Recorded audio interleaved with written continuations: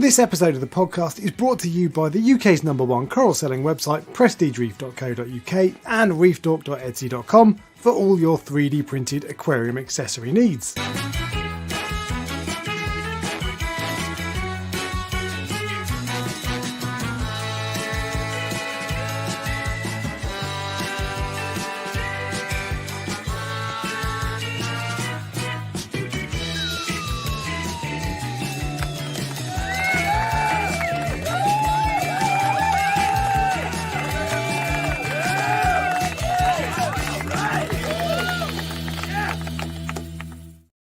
What's up, YouTube? Hello, everybody. Good evening. Welcome back to the Prestige Reef Dork Show, episode 53. We've done more than a year of these, Ryan. Have we? Yeah. Wow. When you upload these onto a podcast, it tells you, it asks you for seasons because everyone runs seasons, don't they? Yeah. And I was like, well, I've done 52. Should I call 52 season one? And then, but it's like, well, what's the point? That just doesn't mean anything. So, but anyway, hello everybody. Welcome to the Prestige Reef. First time in 2 weeks, Prestige Reef Talk Show. And did you miss us tonight? You did miss us, didn't you? Yeah, because we miss you. So, so we're talking about whether the hobby goes quiet during the summer. Spoiler alert, it does. So if you just clicked on wondering, there's your answer. But do stay, don't click off yet, because stats on YouTube algorithm. And what else? And just so there's loads of news to catch up on actually. So when we get to that point, there's lots of stuff to go through. And because Ryan was away for 2 weeks, he's got 2 coral of the weeks and 2 fish of the weeks. Why would you tell me that now? Can't wait for what he's got. Why would you tell me that now? Someone, I can't remember, it was someone on the Facebook page or on my Facebook page, I think, commented and said, "Oh, does this mean we get 2 coral of the weeks?" I was like, "Yes, I'm saving that till the last minute." Well, thank you. I'll now spend the next 40 minutes trying to think of something. Indeed. At this moment in time, I'm not even sure I've got 1 coral of the week. Yeah, I know you fish of the week. I did notice that you didn't say coral. Firstly, so last week I was off. I went down to see my parents. That's why I wasn't around. But someone did comment that I bet it's because of the football. It wasn't because of the football, although I did watch the football. I wouldn't have cancelled last week because of the football, because it was a nothing game, really. But there will be times in the next couple of weeks when there is likely to be, at some point, I suspect, a big England game, either in the football or the cricket, on a Sunday evening. And if that happens, if it's just a meaningless game like on Tuesday coming up, I'd keep going and I'd just catch up with the score either after whatever. But if it's a big game, I'll cancel it because football and cricket. I know you love both, Ryan. I don't care about either of them. So yeah. I did watch the Formula One tonight, or this afternoon. Is that because you started watching Drive to Survive? No. Oh, okay. No. What is that? No, it's because I was sort of encouraged to watch it, but I spent most of my time not watching it. It's boring, isn't it? Yeah. I used to love it. Some people love it. Some people love it. I used to love it. I used to every week. I was addicted, or every 2 weeks, whatever it was. Yeah. I was addicted. But we're talking like 20 years ago. Damon Hill is the last time I loved it, and. There's someone called Lando something, and I was like, that guy is from has the name of the guy from Star Wars, so I'm going to support him, and he came second. Lando Norris, McLaren. Is that? I don't know. I can't remember. So there's a thing on Netflix called Drive to Survive, and that's what's brought everybody in. That's brought a load of female audience in as well, which I'm guessing is where the person who told you to watch it. Oh no, she's watched it for years and years. Oh, okay, fair enough. But so Drive to Survive is it's brought a massive audience in. People who weren't watching Formula One before. Yeah. Suddenly you're interested because there's a Netflix behind the scenes thing. It's actually really good, the Netflix thing, and I've actually started looking out for results of the Formula One since then. So maybe I'll get back into it. Maybe I can't see me doing it if I'm honest, but no, it's needs must. Got to do these things sometimes. Yeah, I've got enough sports, to be fair. So what else is there? Right, so we'll just kick off with nice, simple week in reefing. Ryan, what have you been up to? Yeah. Technically, it's like 2 weeks in reefing, isn't it? But fortnight in reefing. Yeah, I'm not even thought about that. I don't remember, and unfortunately, for the first time ever, like 2 weeks in a row now, I've done a video, which means you all know what I've been doing in my weeks in reefing. But where one of your videos was spread out over like 2 weeks. Yes, yeah, the second one. Maybe it's because I had work experience guy here, and he wasn't ready to be on camera, for the first time. I feel. If I'm honest, he was better than you. I know he was. He was pretty good, wasn't he? Completely, yeah. So I was considering I'd literally just put the camera in his face. It was he. Look, don't get me wrong. I said I'm going to film in a minute, but I didn't tell him what. Yeah, But yeah, he did very well. You know what's funny? He has now changed his Instagram account to Work Experience Reefer, which is what I said. I mean, to be fair, Slash like, YouTube. it's better than what it I can't remember what it was originally, but it stands out more as that. So if you're on Instagram, go follow Work Experience Reefer because he is the person who's helping out in the coral farm at the moment. So first, exciting news, very very exciting news. The quarantine ends today. Yes, It's been like 76 days or something, and today is the day that it ends. So tomorrow, fish will be in the water box because I cannot wait any longer. Immediately. Yeah, yes. I mean, it's a quite small tank. I think it's about 100 liters, the quarantine tank, and it's just started to warm up. It was at 26 degrees today for the first time, and it's normally 25. So, and it's meant to get hot. Yes, my fan came on the water box for the first time today. Yeah. Yesterday. So plus when you've got quite a lot of fish in that tank. There's probably like 10 of them in there, and originally there was no cycle or anything, and so it makes me uneasy having them in there. I'd rather just get them out and put them in. So yeah, for sure, yeah. So that's that tank could warm up quite quickly, couldn't it? In theory, it could. Plus, gotta leave it open for my new fish, which I'm, said I'm not going to get a new fish, didn't I? Ooh, no, I'm not. I don't know what it is. I don't know yet what it is, okay. But there's a few Achilles hanging around at the moment. I've noticed. No, don't get Achilles. Well, remember, if it's all quarantine and everything and feeding and everything, it should, in theory, be okay. It'll find a way. And then I'll be done. If I put an Achilles in, I'll be too frightened to put anything else in after that. Yeah. So I've never had one, and I don't have any interest in them. But it's not one of those fish where some people are like, oh, it's not always aggressive. Everybody's like they're an absolute mentalist. I'm not worried about aggression, to be honest. Oh, really? I'm not at all. I've got loads of tangs, and the only tang I ever worry about with being aggressive is a clown tang. Clown tangs, there's something like mentally wrong with them. I'm not joking. There's just something different about them to other tangs. Because soul holes are meant to be the same, and they're not. They're like, I had a little clown tang that was about 2 inches chasing like 6-inch fish. I'm like, Yeah. Like, what are you doing? So the quarantine ends and the fish will go in tomorrow, which is good. The parameters on that are all within the acceptable range of what I would want them to be. Calcium is slightly low, but obviously I'm not putting anything in. I bought a microscope. I don't know if you knew that in the last. You said that last stream, I think. Yeah. But did I say in the last live? I said I was going to buy one. Yeah, because I've only had them a week.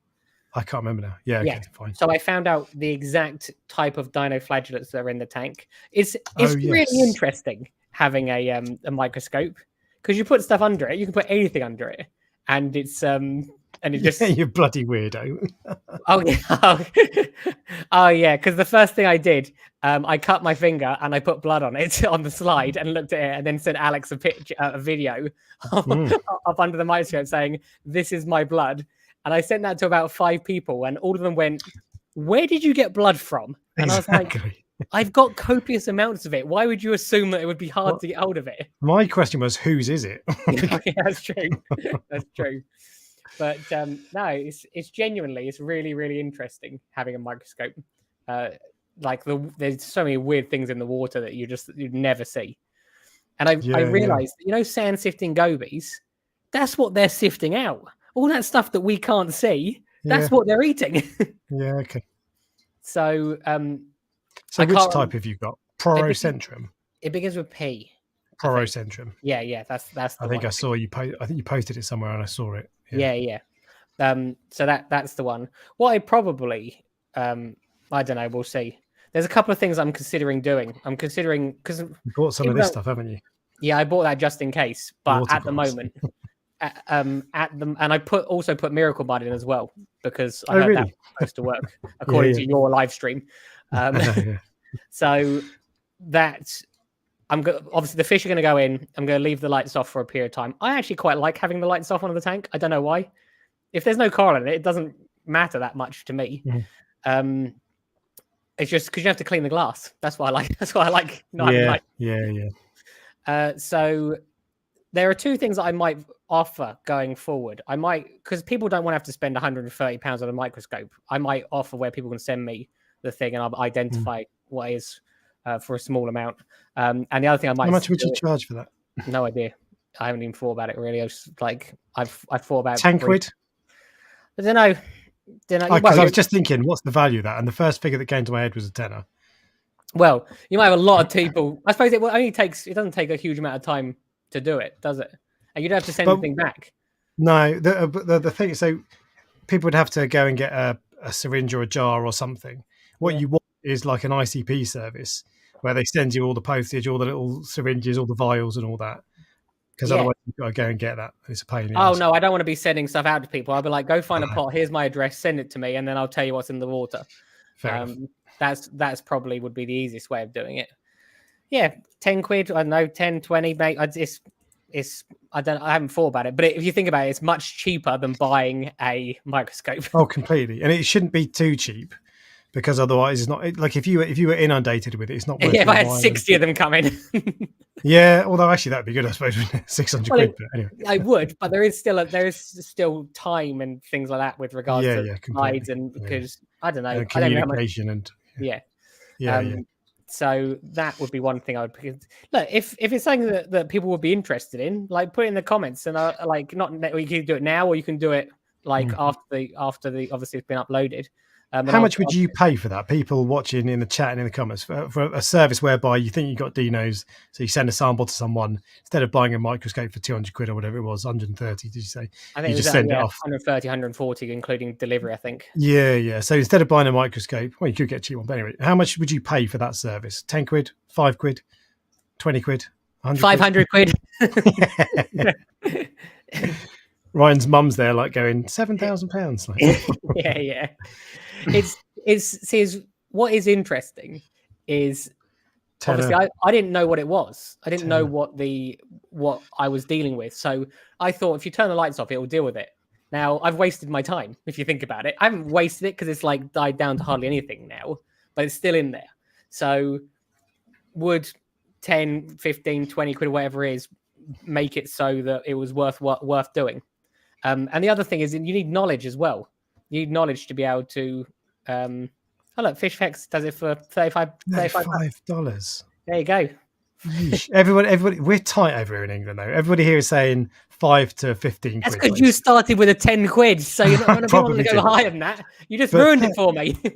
35. That sounds expensive. I suppose it's worth it, but well, if you think about it, you get like the knowledge of someone that can look at it and identify what it is. And also you don't have to buy a microscope. Yeah, I wonder would I have paid 30 quid to find out? Like because $35 is roughly 30 quid, isn't it? Would I have paid that? Yeah, probably I would have done. Like, but no one offers it. This is what that $35 thing. Think you have dino flagellates? Find out more without having to spend hundreds of dollars on a microscope. Send me your dino sample, and I will identify the species, email you the results as well as a plan of attack. Yeah, that's really good. Actually, you just have to write a plan for one person, and then you can just send the same thing to each person. Yeah, for the 5 types or whatever. Okay, so that's a decent service then in that case, isn't it? Yeah, still $35 seems steep, but at least you get it's probably money well spent. Yeah, because that's the other thing. You could like if people want a picture, like is it me literally just going, it is this type, send it back, or is it me going, it is this type, here's how you deal with it, like here's a picture of it to prove that I'm definitely right. Do you see what I mean? So the only problem with that is I would foresee that people would be like, right, I'm 2 days in, I've done this and it's not working, what do I do? And then there's lots of follow-up, and then if you're emailing someone constantly, that's too much, and you wouldn't be able to do that. No, of course. And I guess you'd have to just say, look, this is it, it's a one-off.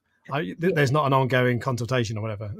Yeah, this is the plan of attack, basically, where you go follow all these things. At the bottom, it says this may take weeks. It took you weeks to get into this stage, probably. So it might take weeks to get out of it. I don't know. And the other thing I'm thinking about doing is the par meter as well. Okay, par meter rental. Yeah, because the only problem is my par meter is quite expensive, and it's like, how do you go about getting, like, because some people will pay a deposit and then they send it back or whatever, but it's like, how do you get people to pay £200 or whatever for the and then send them 30 like it back, but keep £35 once it's done? People won't want to give you £200 if you see what I mean, or will they? I don't know. Maybe. By the way, everybody's saying 35 is crazy. That's too much. And 5 to 15 quid is the one. But yeah, with the part rental thing though, you have to do that, because if you just said, look, it's 15 quid, you keep it before you send it back, you're reliant on someone to send it back. And so firstly, you're dependent on people being honest, which I think people are likely to be honest. But I think I'd be fine with that. Yeah, you never know, but that's probably fine. But more to the point, they'll be like, if there's no incentive or disincentive to send it back other than, don't be a dick, there'll be a time when you're like, oh, I've got to go away this weekend, I'll do it next week, and then, oh, I know, and I couldn't get to the post office, and now I can't get to the post office for a week, and I'd find that too frustrating. So what happens is I believe you go, right, it's £35 for a week, and then but you have a £200 deposit, and then if they don't bring it back, then completely. You keep £35. I'm saying you have to do that deposit. You wouldn't be able to do it without that. You'd have to do it that way. Interesting. But it's well, look, if people are interested now, so I'd have to set up a thing on the website. Just send me a message on Instagram and go, look, I'm interested in it, and then we'll see how we can work it out. But yeah, it's something that I would consider doing. I'm glad I got to do that here, because it's almost like you get to do a case study. People go, oh, like 30 quid's too expensive, but if it's 15, I'll give it a go. So that, yeah. The parmeterhire.co.uk website we've talked about before, they charge 35 quid for 5 days, 55 quid for 10 days. I presume that's working days. So but they're just using like a Senai one. I've got like an Apogee one, which are like the proper ones. Completely. Yeah. So, you want to do more than 200 quid deposit for that then? I want to borrow that. I was going to buy one of them. I want to borrow that in that case. Yeah, I'm not paying you. Yeah, that's fine. Oh no, I'll just add it to the bill for the fish. Oh, I'm going to get a rent bill when I turn off and collect them, aren't I? Yeah. No. It's as I said before in the previous live stream, you do things for friends, don't you? So, of course. Yeah. The Apogee thing is that, so like the Senai one, I have the Senai, and the what's the other one called? Oh, we just showed it a minute ago. Whatever it is, the fancy version of the Senai. Yeah. The Senai one, you have to plug in a laptop, which is then you have to stand up by your. Yeah, your tank. I know. It's not good. And this one, you can plug it into your phone as long as it's Android or a tablet. Yeah. But you've still got to plug it in. And just the Apogee one that you get it on a stick, you go whoop, you pull the stick out and you read it straight away. It tells you what the reading is. Brilliant.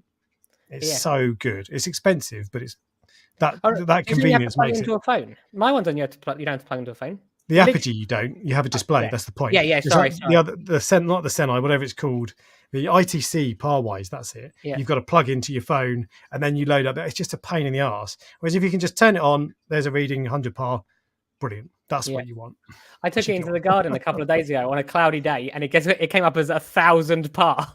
Really? On a cloudy day? Yeah, that's how strong the sun is. Yeah. It's really, really interesting. You walk into the house, and by the door it's 40, and it's in the middle of the day. There's no lights on or anything. You get to the middle of the room, it's 7. That's how dark our houses are compared to outside. Yeah.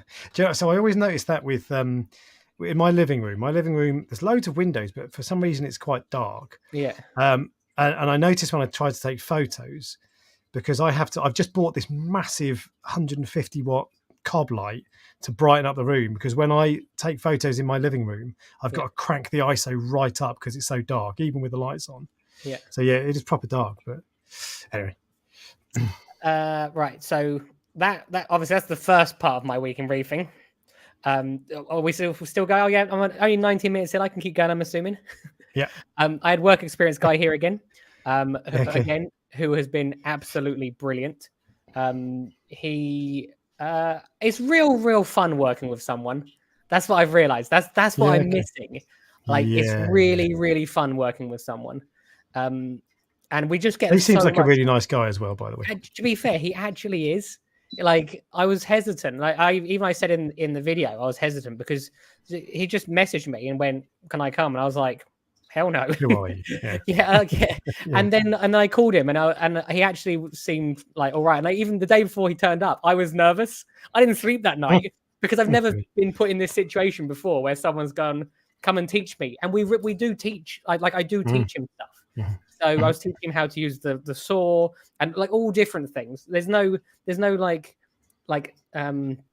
you get thrown in the deep end here basically. Day 2, here's a saw. So but he just gets in and just does it. So it's great. I did make him sign a disclaimer in case he cuts his finger off, although you can't cut your finger off anyway on one of those saws. No.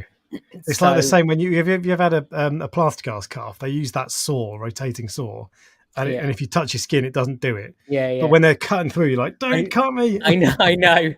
It works on friction, doesn't it? And on this skin, Doesn't it go? It vibrates back and forwards or something, or well, this is like sandpaper. It's like a saw, but it's essentially got sandpaper on it. It's diamonds. It's a diamond saw. it doesn't spin round though, does it? It goes up and down, right? Or am I? No, mine goes. It's a wheel. It goes all the way around. Oh Yeah, wow, that's so weird. Why doesn't it cut you? I know, because that's when he first saw it. I was like, don't worry, put my finger straight on it. There you go. Don't worry, we're all good. The only thing that I'm not sure about him working with at the moment is zoas. I mean, he works in a Maidenhead, but I'm not sure about him working with zoas at the moment just because you had bad issues with him. Yeah, so I don't really want that liability, if you see what I mean. No. But we'll see. So that is we've done loads and loads of stuff for the show. We're doing things that I've not done for a long time. So even some of the bounce mushrooms you obviously would have seen in the video. We fragged some of those. I have this really, really like super bright green neon toadstool with long polyps, which I'm going to. That's quite an expensive one, isn't it? You've shown me that before. Yes, so that's the piece that's massive. I've got a massive piece of it. There's which I think I want to get some of those frags up. With regards to the show, I have sorted a banner now, 2 banners and stickers, which I sent. Which Alex has a copy of. So this is the banner that's going to go on the table. So the tank is going to sit on top of that. Okay. And then so that's going to be at the bottom. There is a space. There's a space in Prestige Reef, but that obviously won't be there. Does the QR code take you to your website? To the website, yes. Can I point something out? It won't at the moment, I don't think, but this is just an example. prestigespacereef.co.uk. Yeah, no, that's what I just said. That's not going to be there. Better not be. It won't be there. As in, this is literally the first draft. I know. So, and I did point out, and the guy said, yeah, don't worry, it's not going to be there. So that's the first bit. And then these are the stickers. So there's 4 different stickers, but I've only sent you 2 of them because people have been asking me for stickers for ages. And I actually thought it was quite cool because what I can do is I can start putting them in the box. And like, if I've got 4 different types, people can collect each of the 4 types. Okay. Yeah. That's a good idea, actually. And it's just luck what you're going to get. So I'll just randomly put one in. And I know what you're going to do. You'll get you'll send 3 different ones. You'll make a note. You'll have a spreadsheet, everybody, of who's got what, and it'll send you 3 different ones. And then you're like, oh, I just need one more, and it'll keep sending you one you've already got, and it'll be like, oh, it's random, and so you'll have to keep buying corals. Oh, you evil bastard! And I just thought people could stick. People have been asking for ages, and I could never think of a design to do. And I'll be honest with you, I didn't make this design. Like the person who's doing it for me made the design. I just thought it's actually really like it's very simple and it's a really nice design. Yeah, so, I've thought about doing stickers for a long time as well. But so yeah, I thought people could put them in their people like to stick them in their cabinets, don't they? Release a shiny one. That's true. I'll have 4 different types, and there'll be one special one. Shiny one with you guys, mine won't know, but the football ones, the Panini ones, the shiny ones used to have a free McDonald's fries on the back. Vouch for that. You're right. I wouldn't know this. If you're talking about shiny Pokemon cards, I might have known, but not football cards. I was never cool enough for football. So that's the first thing. And I've actually been offered. What's this one, by the way? Well, so is that so that banner actually goes up behind you. So that's going to go behind the stand, I believe. I'm not sure how wide it is. It looks quite narrow there, but as I said, we'll I'll know more obviously once everything's been finalized. But I just thought I can picture it on like a big tool stand kind of thing, like a thin pole kind of. Yeah, that's the sort of thing it is. Obviously, I've got 3 meters of space, like 3 meters by 3 meters. Can we get the room size for Aqua up? Because when I saw that, the floor plan. No, not the floor plan. Like if you log on to the NAEC and then go into Hall 1, you can do a walk around and you can see how massive that room is. Because until I saw that, I had no idea of the scale of what this is. Big, I think people think this is going to be in like a little village hall. It's like an aircraft hangar. We're gonna find. I'll tell you what. Whilst I'm trying to find it, the plaster cast saw. Oh, hang on. Where is it? That vibrates back and forwards like that. Yeah. So that's why it doesn't cut you. And he said he's broken every arm and leg. Hate that. Anyway, I was learning to fly a paraglider. Oh, Jesus, oh my God, that sounds awful. Anyway, right, fish, quick. I don't want to think about that. Here we go. More details. Hall 3. I thought we were on Hall 1. Oh, you say Hall 1? Sorry. Yeah, we're on Hall 1. Hall. Bloody hell, that's bigger. So if you click it, and there's a walk around thing you can do. Take a tour. It is absolutely insane. I know for the people on the podcast, you won't be able to see this, but go onto the website. That is massive. So now imagine this room filled with stands, because I think so new stands that are being booked all the time. I think they're about 60% full, but more literally, the closer you get to it, the more and more people are booking now. There's about 10 or 15 coral vendors, aren't there? There's 13 or 14, I think now, 13, and new ones added. So for those people that watched the last live stream, remember where we bullied Signature Frags? Yes, Signature Frags signed up. So that was great, and that's brilliant. That's what this is about. And I spoke to Christian after the live stream. I spoke to him just before, and then we did the live stream, and then a couple of days later he signed up, and then we had a meeting, and then I spoke to him for about 40 minutes after the meeting. So it's exciting. It's nerve-wracking for the coral sellers. He's obviously has much more sensitive corals than what I will be bringing probably. I mean, if you're bringing acros to that show, good luck, because you'll be competing with the best of them, if you see what I mean. Whereas I'm planning to just take a little bit of sort of everything to the show. Yeah. I might even take some Xenia, because someone will buy it probably. So, but I have been given the option of having a second tank as well now, so I really can take quite a lot, which will be fun. Will you need work experience, boy? He has offered to help, so he's going to be there. Really? He will literally be there helping me on the stand, and also the owner of Reef Aquatics, which is down in Bognor Regis, said that if he can, I think he will, if he can not work at the shop obviously that day or that weekend, he will cool. he's going to come and help out as well. There's been loads of people who have to help, and trust me, I will probably end up needing all of your help. The only thing that I'm sort of a little bit stuck on at the moment is a light, because lights. I think I'd like to have a Radion, I think, and I might have one, but I might want the second one. That's the only thing I'm stuck on. I think everything else is covered. So, but I'm like, you offered me your Kessel, didn't you? So worst comes to worst, if I can't have a Radion, then you said there's a Kessel that I might be able to help you.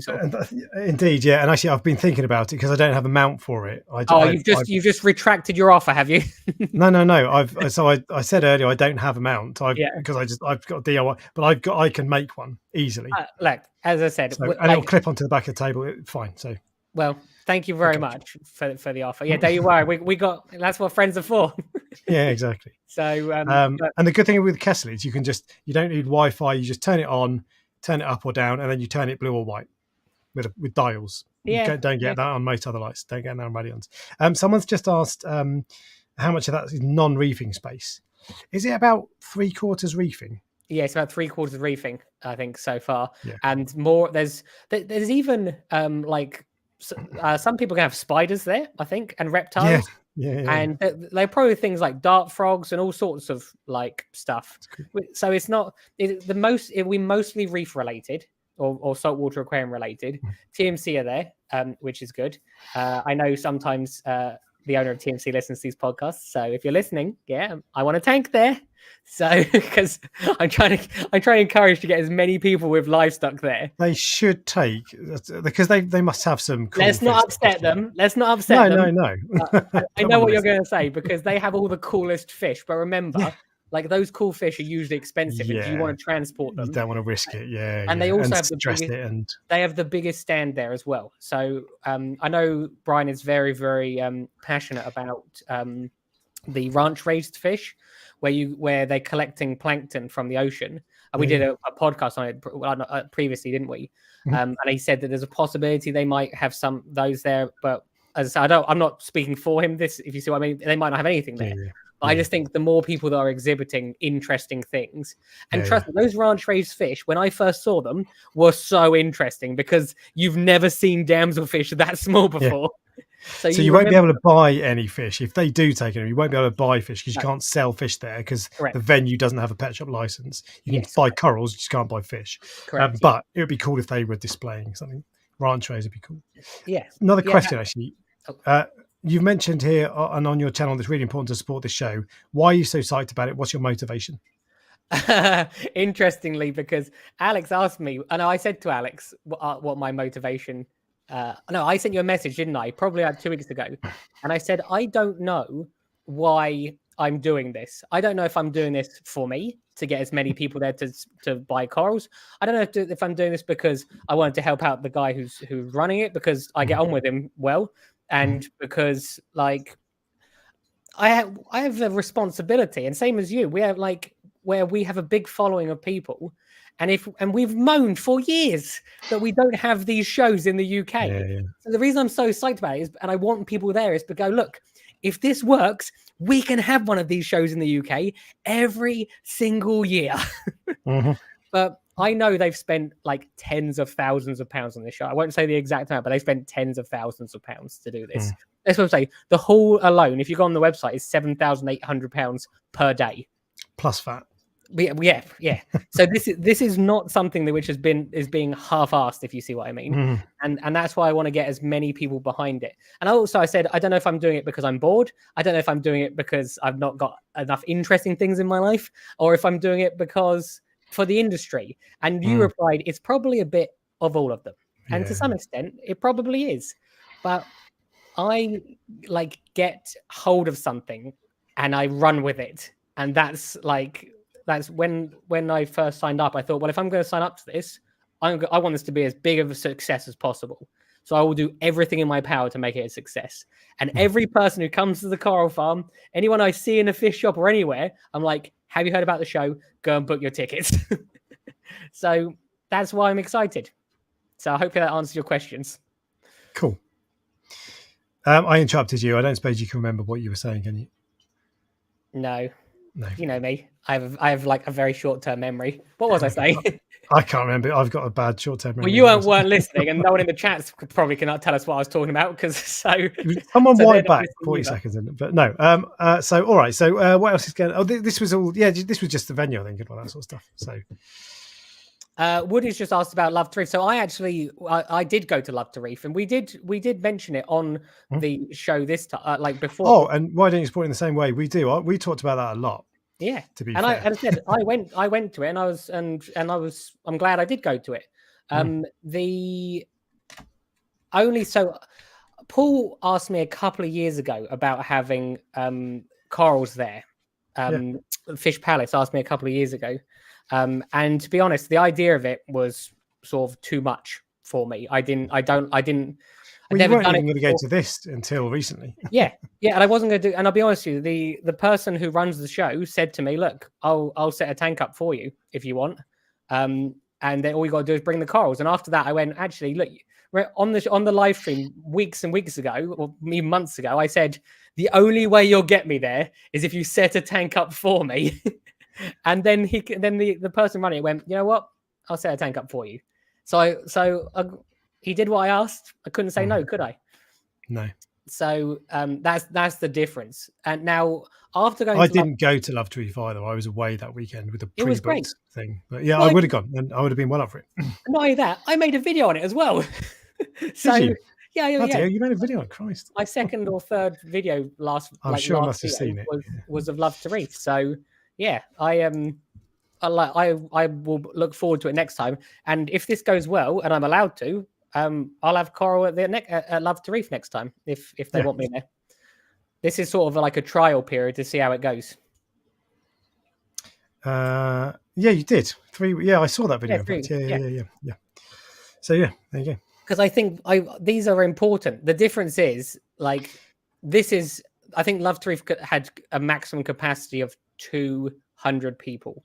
Yeah, this has a maximum capacity of 3,000 people. Completely. So, and to be fair, I think we talked about Love to Reef a lot and got behind it quite a lot. Yeah. But we talk about this probably 10 times as much. Yeah, of 10 course. Times as big.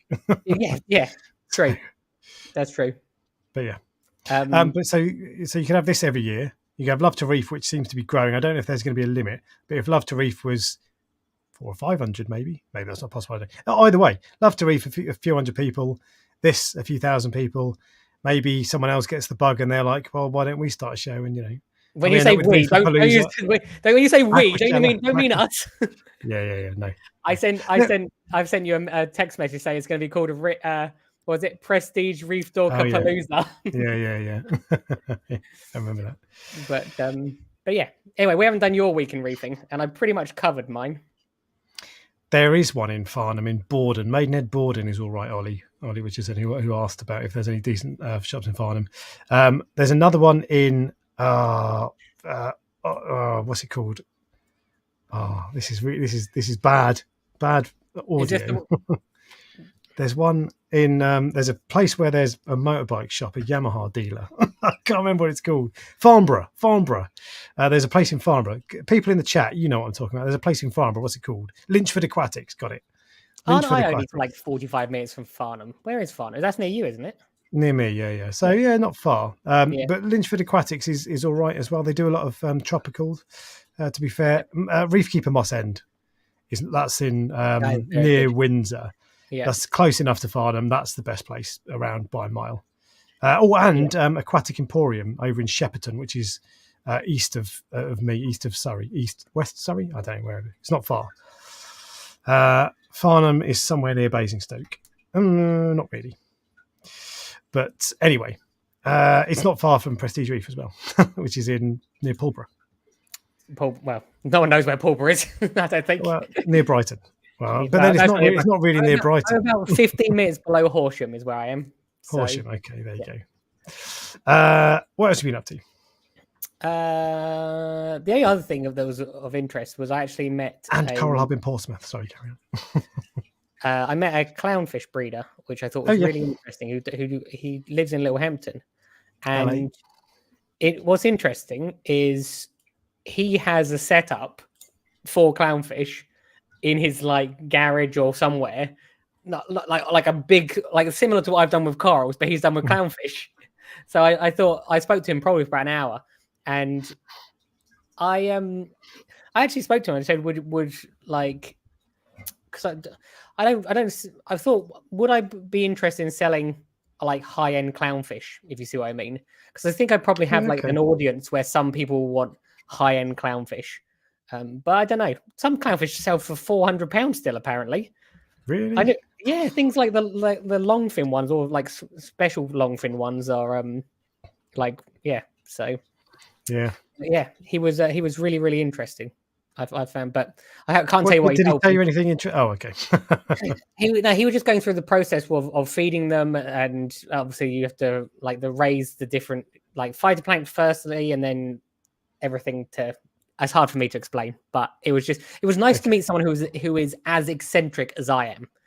Where they've gone, this is my house. I'm going to turn it into a fish playroom. Yeah. Okay. So yeah, that was quite interesting.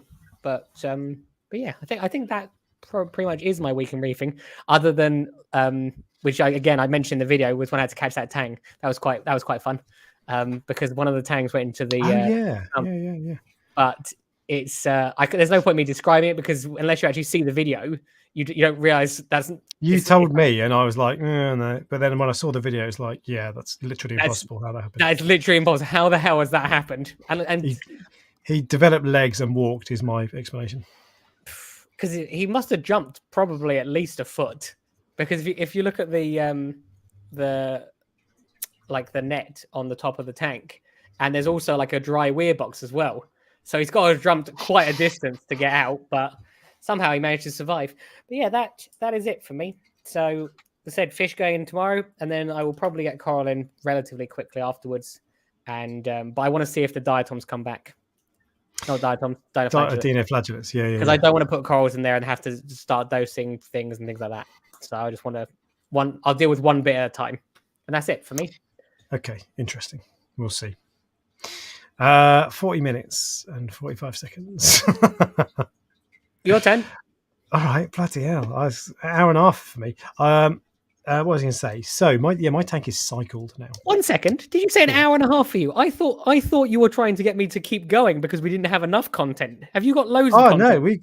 No, I've not got massive amount, but we got a lot of news. But I don't care. I don't care. You talk for as long or as little as you want. It's fine. Whatever. I thought you wanted me to talk more, so I was just like, no, it's great. It's great if you want to talk for 45 minutes an hour. Cool.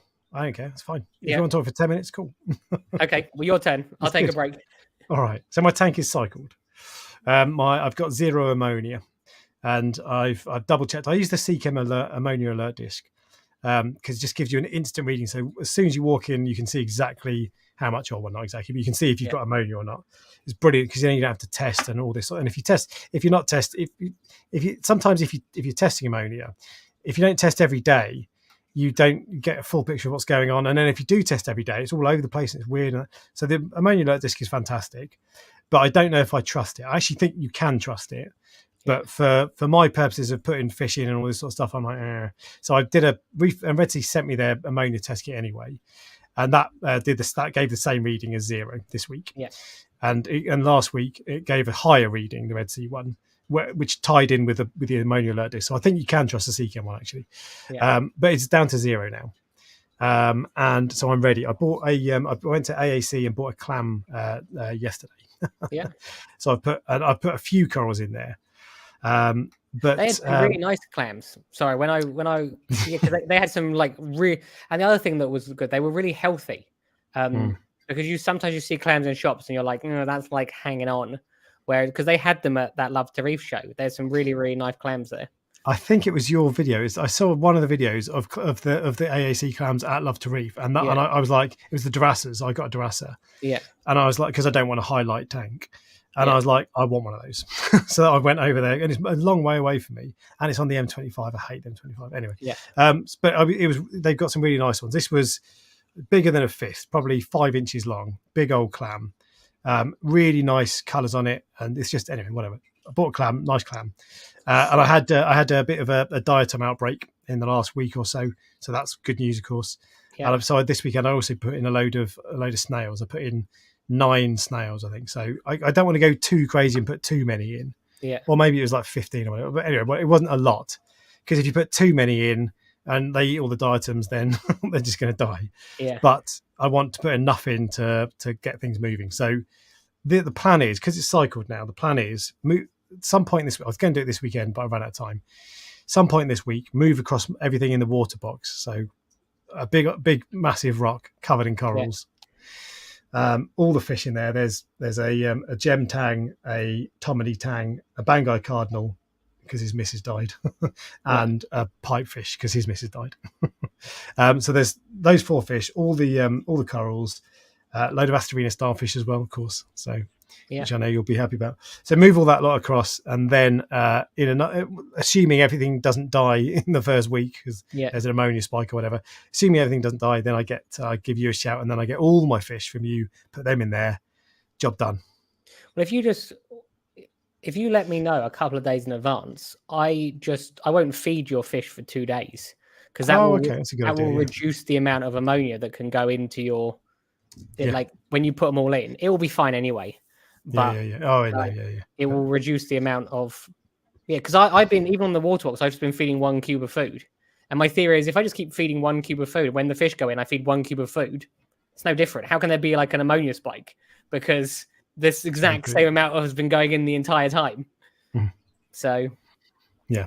yeah. The other thing with the safety thing, because when I move everything over in the water box, that tank or that rock, the island, has been running for 2 years, I think now. Definitely, it's 2 or 3 years. I think it's 2 years. So that's a 2-year established massive 15 kilogram, what's that, 35, 40 pound piece of rock, covered in bacteria. There's no algae on it as well. It's brilliant. I have got a couple of Aphtasia on it. One I can remove very easily, but anyway, whatever. You're not worried about that anyway. Not really. I'd rather it not be there. But anyway, so there's no algae on it. It looks wicked. Actually, there's no fermented snails. Actually, I've just thought, which is great. I'll have them at some point anyway. So that'll be moving in with all that established rock on there, and then everything will be good. And suddenly I'll have a tank. I've moved across probably a dozen corals now. I've been going slowly and steadily, and I've put in. I started with just like a few frags that. I've got a few Bernard porers. I find Bernard porers struggle in my tank more than gonnies. Don't know why. But anyway, I've got 3 or 4 Bernard porers that are they almost died and now they're clinging on and they're recovering. So you can see flesh and polyps, but they're not doing very well. So I moved all of those across because I thought, well, actually it might be better for them being in fresh water, as in new salt water, uncontaminated. And in any worst case scenario, if they die, they were on their way out anyway. So, but actually they're doing fine and they're doing all right. So when they were okay, I then moved across a couple of scullies. I moved across a trachea. What else did I move over? I've moved over loads now. And actually everything looks really good, not just okay. The only thing is the lights are on at, I think they're on at 8%. And actually they were on at 5% until today. So it doesn't, and when you've got lights that dim, the corals don't look as spectacular, but fluffy wise and like health wise, if I turn the lights up, they look fantastic. They look really good. So I actually wonder if when I move all my water box corals over, I actually wonder if they might look even better than they do at the moment. Maybe. But it'll be interesting to see, as I said, once everything's gone in and the fish have gone in, if it will all go smoothly for you. Because if it does, I'm just going to be like, Well, do you know, I was thinking that actually. I was thinking about that today because there's something that's in the news that we'll talk about later. But one thing with my setup, so my lights at the moment, I have the 4 Red Sea Reef Led 160s, which is probably overkill on an LPS tank, to be fair. But I'm playing with house money, and I'd always rather have more than not. So I've got those, and I've also got the 2 AI blades, which again is overkill. But at the moment, I have the blades turned off completely. Because there's no point, and so it's very, very low light, and on the Red Sea lights are on, what did I say, 5%? 5%, and I've just pushed them up to 8% today. So they've been on really dim, and it's really easy. So you can't work out how to change it to turn your brightness up and down, can you? So you set it, because GHL is a bit fiddly sometimes. I've said it, and I'm too frightened to touch it again. So Exactly. But they either on or off.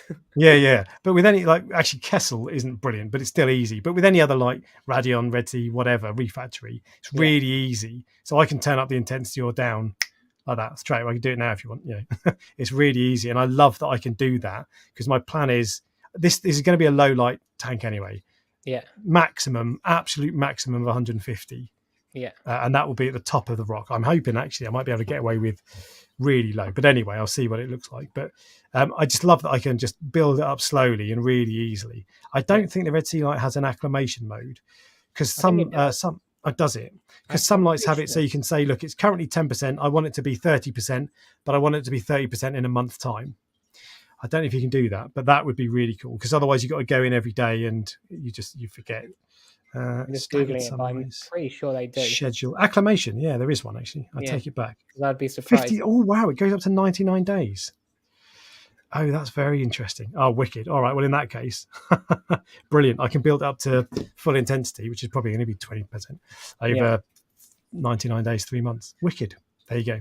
But I just love that you can do that. I'll contact Telegram because he's like the guru for the GHL stuff. But, I could probably sit down and work out if I wanted to, but I'm lazy. But it's really good to be, and it's a shame that because I bet that's caused a lot of your problems. Too much light with too much diatoms and all that. And I don't know. Just in the early stages of a tank, if you can back your lights off, Yeah. I think there's real value in that. So, and the reason I'm talking about that is because I think actually I don't touch wood. I don't think I'm going to have problems. Oh, famous last words. I said it. Famous last words. Tell you what, I'll drop in some white spot with your fish or something. Yeah, drop in a copper coin or something. Actually, I don't think I'm going to have problems. Well, I'm not suggesting you'd want this, but I'm actually selling some of my fish at the moment as well. So as in, like when you're here picking up your other fish, but you've got Tangs and Melanaris Rasties, haven't you? You know, but it's the most. So the only thing that I think would be interesting would be a sailfin tang. But other than that, I don't think there'd be anything else you're interested in.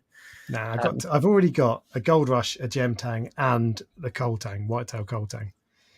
That's 3 tangs more than I'd like to have. But the more tangs you have, the better. There's less aggression. I just don't like tangs. Actually, with that, because I've got my Gold Rush and my Gem Tang in the water box. Yeah. What I'm planning on doing is they'll go in the tank this week whenever. When I get my Coal Tang from you, I'm planning. Do you think I need to put them in an acclimation box for a fortnight? So the official advice would be yes. Yeah. Is if you only got a Coal Tang is in that. Yeah, that's the only additional tang, isn't it? Yeah. However, the official advice is yes, but there's about 10 fish coming in, isn't there? So the other fish are going to be like, what is going on? Yeah. All of a sudden, there's 10 new fish. So I think it's less likely there would be a problem in that situation. If you're adding 1 fish, then maybe.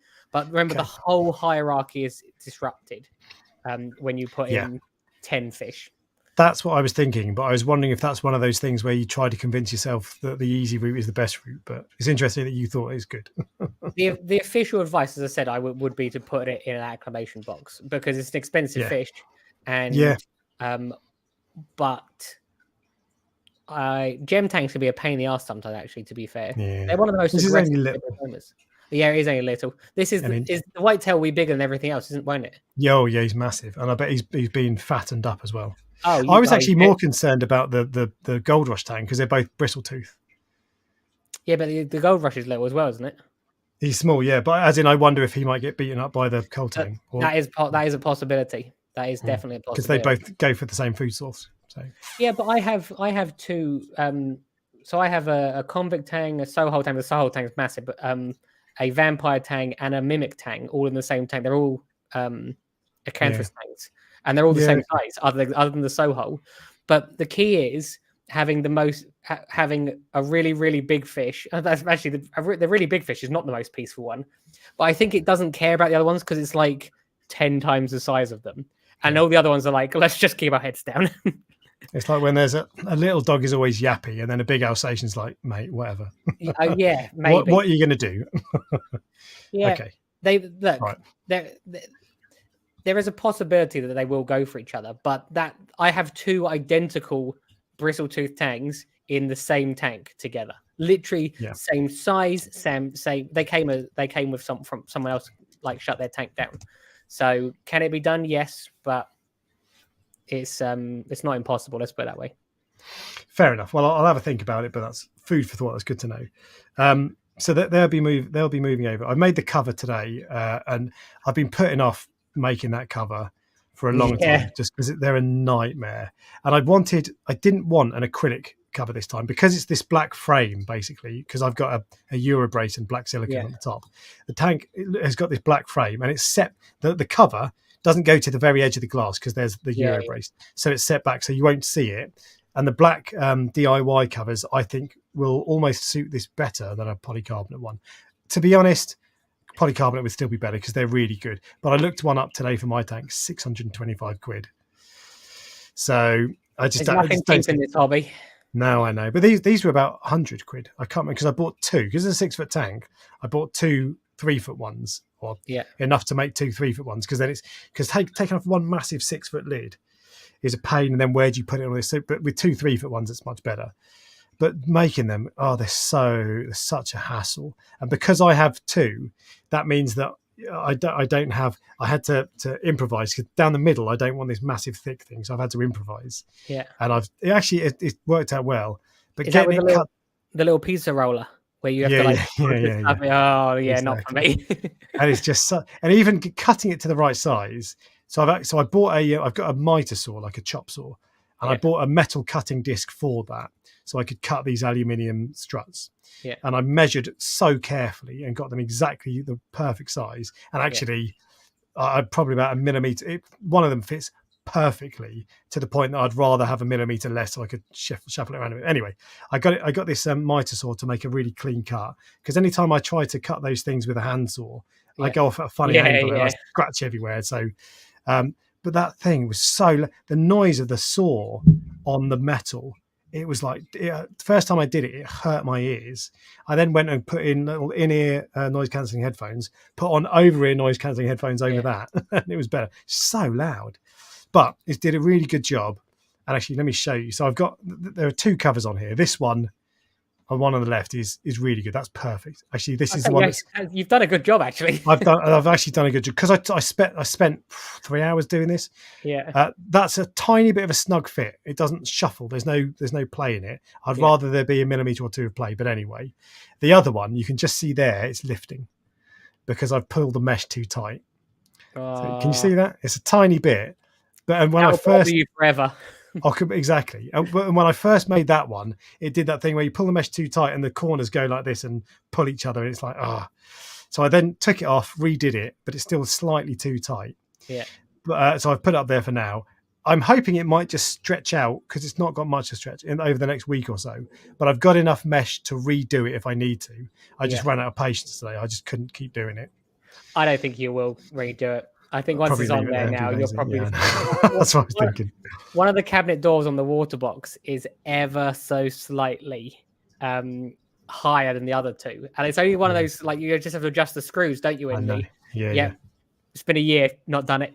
It's the same. So the Red Sea one, I built a cabinet. It comes with those doors. I find a nightmare to adjust, but the Red Sea tanks now come with an instruction manual that shows you what to twist to get the doors in all ways. It was brilliant. Yeah. And I set it up and I was like, it was perfect. I'd never had it so easy. And then I walked away and came out the next day, and one of the doors, it shuts, but it like stays about 2 millimeters open. Yeah. And then you just have to like gently touch it and it goes in. So all I need to do is turn one screw and I'll fix that. But it's been like that for 2 months now. Yeah. And the crazy thing is, so you would never notice, because I leave it shut. I never open that door now, because I know that I'll have to close it really carefully. How stupid is that? Just bloody fix it. But I will fix that at some point. I might not do the stretch. The thought of fixing something, or the thought of doing something, is often far worse than actually just doing it. This is very true. And actually, the DIY mesh cover, it was a pain in the arse. And I got one right, one wrong. But when you've done it a couple of times, the best thing to do is just spend a bit of time on it. Because actually, when you do it a couple of times, it gets easier. But I wish someone would make a better out of the box option. Because the polycarbonate ones are fantastic. They look awesome, but they're so expensive. And these are at the other end of the scale, but they're too fiddly. And how would you make it better out of your box option? I don't know. So I'm not a clever engineer. There needs to be one of the companies. So this is the DD one. DD are good at this sort of stuff. You can take engineer off that statement. I'm not clever. You're clever. Yeah. But those kind of companies, Cade, the Cade one comes with, that's really good actually. The Cade tank comes with a Cade mesh. Yeah. With white mesh. So that's really good.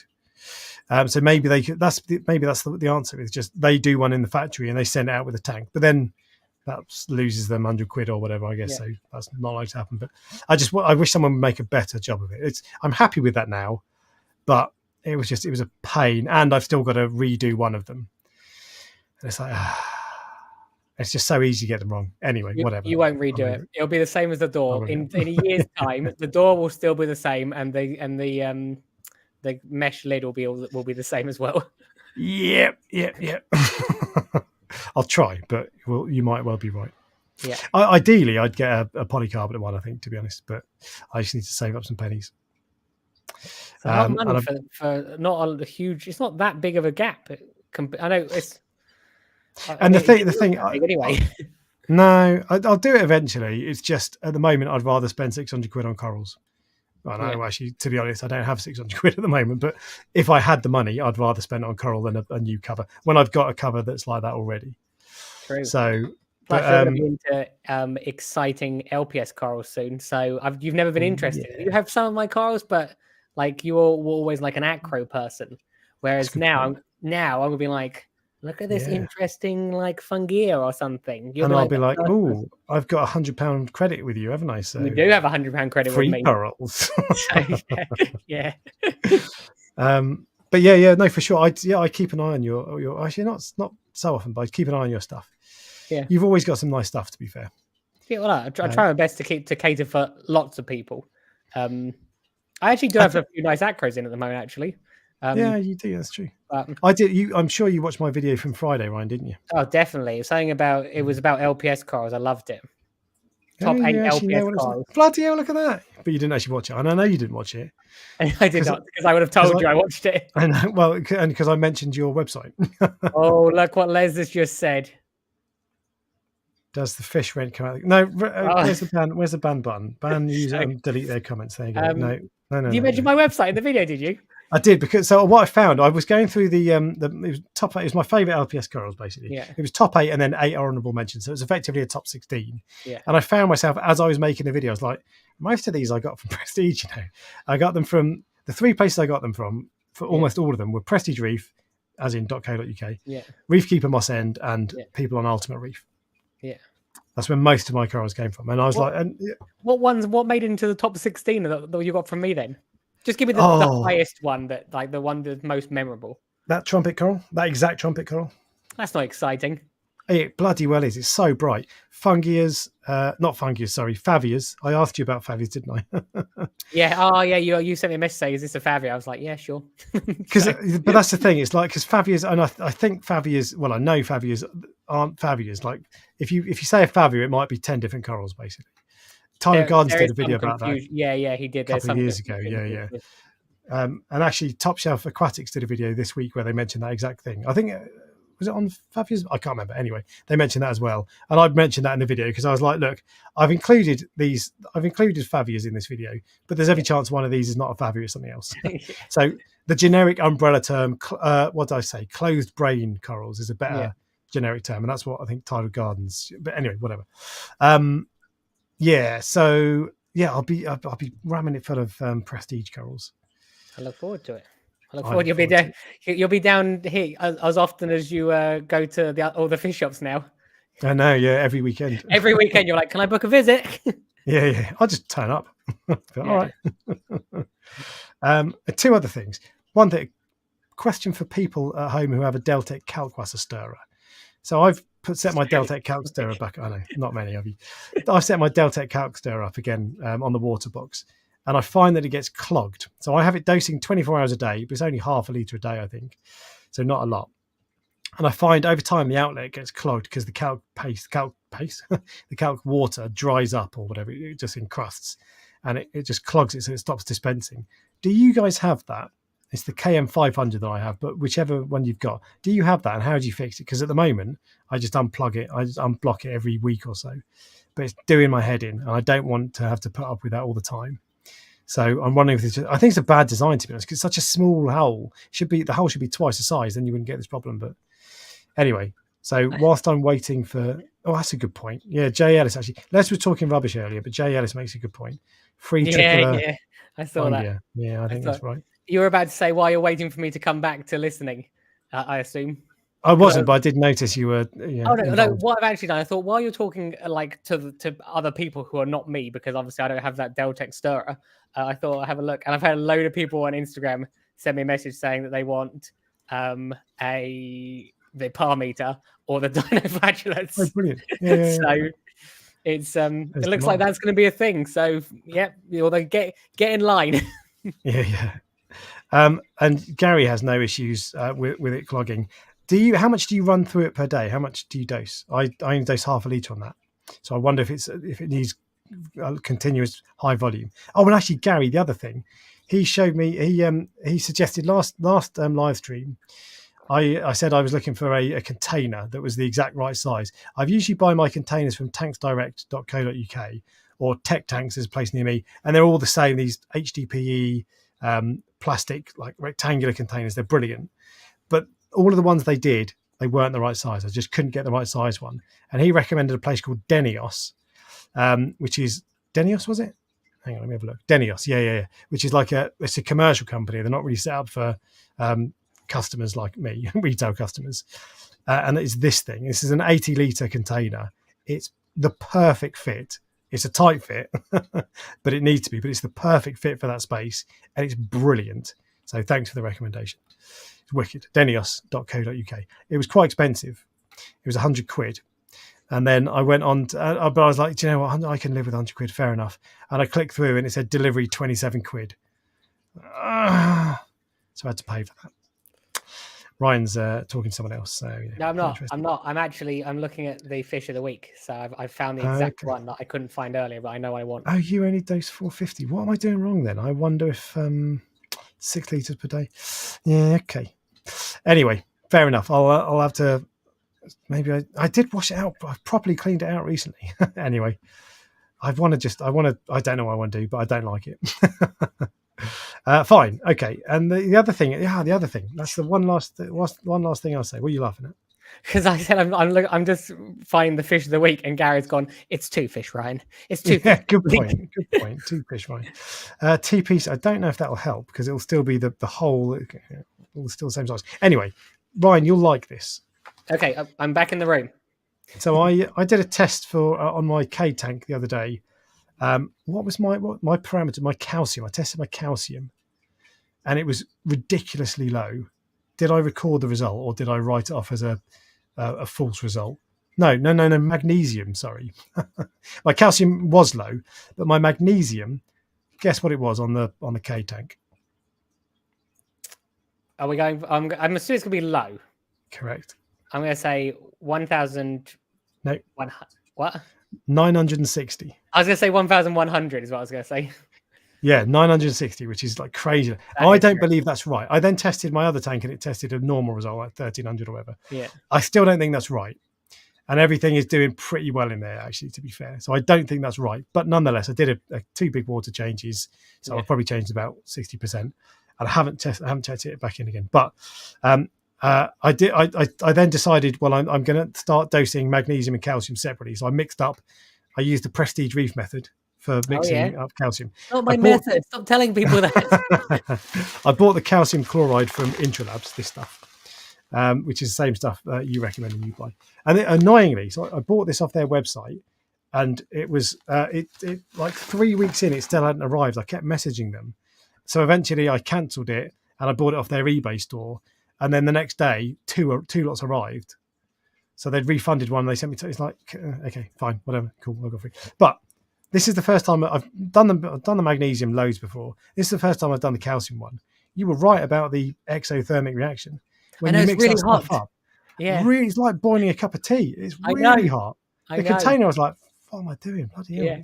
Yeah. At first I thought it was going to like melt through the container. It was so hot. Yeah. Because it's just plastic, isn't it? The container. And then it's getting hotter and hotter. And the plastic actually goes a lot softer than it is when it's like cold, if you see what I mean. Yeah. But I've never had a problem with it. But it is, It's like a little science experiment. Completely. Yeah, it was really interesting. But yeah, so now I have a vat of my own Reef Dork calcium.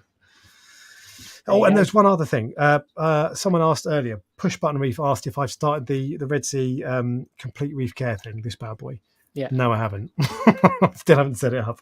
I bought it about 3 weeks ago now, maybe longer, and I still haven't got around to setting up. But I will set it up on the Cade at some point. I just haven't had time. Oh well, no, that's not true. I haven't had time. I just haven't got around to it. But although what I was waiting for was my dosing head went. So I bought a replacement dosing head line. I fitted that. So now I have no excuse. So I do need to do that. But there we go. Well, anyway, so that was my week in reefing, my fortnight in reefing. Busy times. And the tank is about to go roaring ahead. So we'll see. Have you got excitement at the moment, like for it? Yeah. Because I'm surprised that I'm able to restrain myself so much with the new tank. Yeah. Because I don't feel like mega excited, like I've got to get stuff in. But yeah, I've got. See, I don't know what it is. Again, it might actually be the show. The thing is, and it also could be obviously the work experience guy. Things have got really exciting for me again now. Like it's really like engaging and fun and like, So and I don't know if I lost a little bit, because same as everyone else, because obviously it's summer and then you lose a little bit of interest in it and things like that. But yeah, I got a real passion for it. Someone actually wrote in my last video, it looks like you've got your mojo back, and I was actually like, actually, it's true. It's like real fun at the moment. It's interesting So, that people are noticing that, actually. yeah, Woody's gamer tag mentioned, well, that was about aqua mainly, but still, yeah. either way, passion. Yeah. Well, let's talk about the headline topic then. So the hobby does go quiet in the summer. Yeah. That's just, anytime I talk to a shop, the ones that do tropicals and pond as well, they always say that stuff picks up in the summer and funnily enough, when it's a really sunny weekend, everybody buys pond stuff because they want to get out in the garden and do pond stuff. But the summer the summer is quiet for marine, and all the shops that do marine, pond, and freshwater fish, all that sort of stuff, they always say that they don't know how marine specialists get by because it must be quiet. Because they're quiet and freshwater just sort of tides you over. But the hobby does go quiet in the summer for sure. And actually, and you probably notice more of that. The thing I notice is that the shops are quieter and YouTube goes quiet. Yeah, true. So my everything goes down. All my stats, my subscriber numbers go down, my views go down, money goes down, everything. I should just point out, still higher than most people. that was a bit of a weird brag at the end. But because if I ever say Thanks, still higher than most people, are you referring to me as most people? Are you? Well, I wasn't, but But every time I don't put enough videos out, do I? If I ever say, "Oh yeah, my channel's not doing that great at the moment," I'll have a manufacturer normally, who'll be like, "Oh, given your channel's doing crap at the moment," and it's like, no, don't misunderstand. Yeah. So I just want to give the full picture. But anyway, so YouTube goes quiet in the summer, very quiet. Yeah. And actually, probably about a year ago, I looked back to see about what when my views come in, and I've never had 100,000 view video in the summer, never. They're all September to March or April or something like that. So it's always quieter. And actually, there are times when it can get quite tough when you're uploading videos that you put a load of effort into. You think they're brilliant, and no one watches them, especially over the summer. It's like, So I sometimes I don't know. At the moment, I've got I can do tank updates all the time, so it's great that I've got that. But sometimes I think do I really want to be putting in all this effort? And it's then to get a kick in the stomach as you get 1,000 views or whatever. Yeah. So. No. Yeah, I know what you mean. Sometimes you put out a video and you go, "This is going to be good, do really well," and then it doesn't, and you're like, "Why? What was different? This was way better than my last video, which I put no effort into, and it didn't do as well." But yeah, it's so annoying that sometimes. But anyway, so it does get quieter in the summer. Do you get quieter in the summer? You must do to an extent. I'm very lucky because obviously I have the ability to sell to everyone across the whole of the UK, as well as obviously the consultations keep me going through across the whole world. So there's always people that want to do stuff or buy stuff or whatever. But there is definitely it is definitely less in the summer than it is in the. It's funny because in sort of February, March, you've seen people week after week after week. Now you don't see them for until October for some reason. I think I have less people coming to visit the farm in the summer, but I still do have people all over the UK buying corals. So I've got such a vast market that it's probably not as affected by someone who's location specific, like a shop. If you see what I mean? Yeah. Okay. So that, but yeah, look, there is definitely less, definitely. Am I feeding the stirrer backwards as the outlet is 12 millimeter inside diameter? Am I feeding it backwards? I don't think so.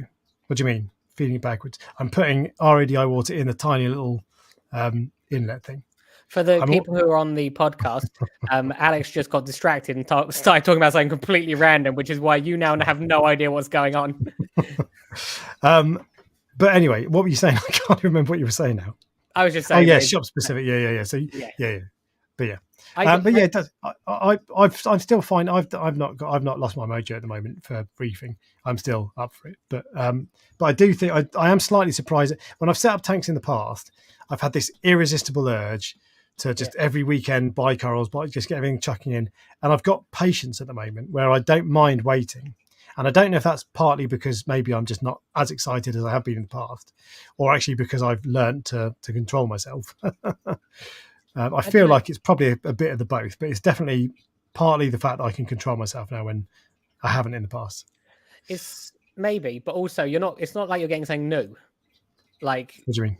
you're not getting a new coral or a new fish. You're just getting your old fish back. That's So, true. But when I get that in, I can start adding new corals and yeah, all that true, sort of stuff. true.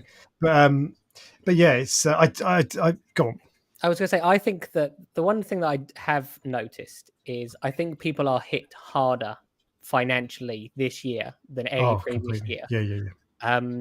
And obviously, corals are a luxury. They're not even remotely an essential. It's the ability to sell dry goods. Like people can still have a tank, and they will have to buy salt. They might buy half as much salt, but they will have to buy it, or they have to use different reagents or whatever, or elements or anything like that. They don't have to buy new corals. I am like the very last thing of the entire hobby that people have to have. I am the most like pinnacle of luxury, if you see what I mean. So that's I think a lot of the shops probably get by. They'll have regular customers, but I think the products are what gets them by in the summer because they're essential. Yeah. Even shops make a ton of money on water and salt. Like water's like free. Yeah. And some people come back every week and they buy liters and liters of it. So when I say they make a ton of money, they might not. Yeah, there's a gentle income. All the time. And people, once they're in a routine, they usually don't stop. So if someone goes to a shop and buys 100 liters a week, they will keep buying the 100 liters a week, no matter what. Forever. If it's good water, it's so like I went into a shop a long time ago, asked them what their TDS was, and they said, "Oh, we never let it go above 100 or something." Yeah. Bloody hell! So all right, mate. But then if you go to a good place, and actually, to be fair, there are sometimes they'll tell you, "Oh, it's not RODI, it's just RO," because they might be for tropical mainly or whatever. But the good places will be 0 TDS, and if you can get like Reef Dreams used to be 0 TDS, if you can get somewhere that's good quality water, happy days. We love it. I love that in the chat people are saying, because Ryan said that the corals aren't essential, and obviously their wives are listening and they're looking at them going, I told you they're not essential. So I mean, they are essential. Buy them to keep me fed, look after me. That's why they're essential. But no, everybody's feeling the pinch. My mortgage went up massively 6 months ago. I was going to say electricity and gas prices are still high. They've come down actually a little bit, but they're still high. Petrol's still high. Everything is still high. Food is still high. Bloody food shop. How much is? I feel like I spend £1,000 a week at the moment. Slight exaggeration, but only just. And I know what you mean. You go in and you buy 5 items, and it's like there's 30 quid. I'm like, what have I bought? I bought and this was, it was a luxury, of course, but I went and bought into a petrol station the other day. I bought a fizzy drink and a chocolate bar, and he said it was like £4.30. I was like, sorry, did you just, I didn't buy petrol. Like, has there been a mistake here? £4.30. It would shock you how much breakfast cost me this. I don't know. I don't normally go out for breakfast, but I was with someone. We went to, there's a vineyard up the road. And it was literally just scrambled eggs on toast, and she had bacon or whatever. It came to 30 quid. I was like, I literally said to her as we walked out, I could have made that for you for like 3 quid. Jesus, yeah. But so I won't be buying any coral. No, but everything is much more. But go on. I have new coral coming on Tuesday. I just remembered. So okay, interesting. Yeah. But I'm kind of ring fenced from that because my YouTube money goes towards the hobby. But to be fair, at the moment, I've had a load of expenses that I've had to buy.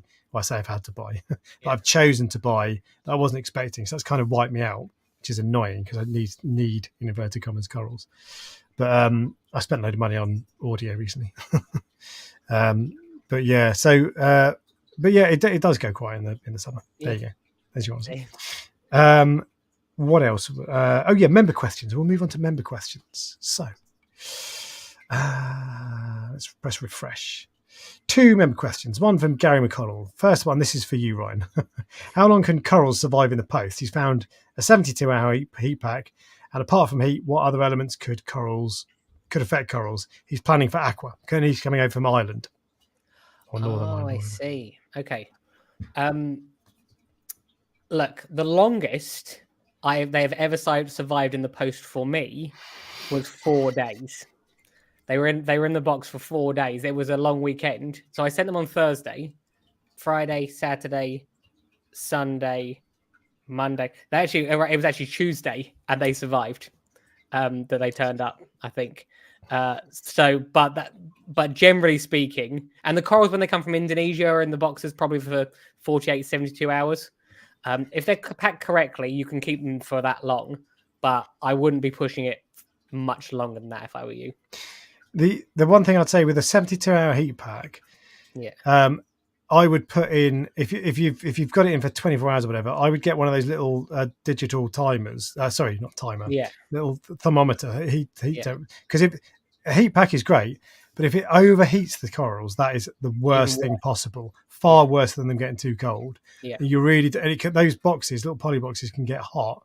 So I'd be really careful. I'd be more worried about overheating than underheating, especially in September, which is likely to be warm, not freezing cold.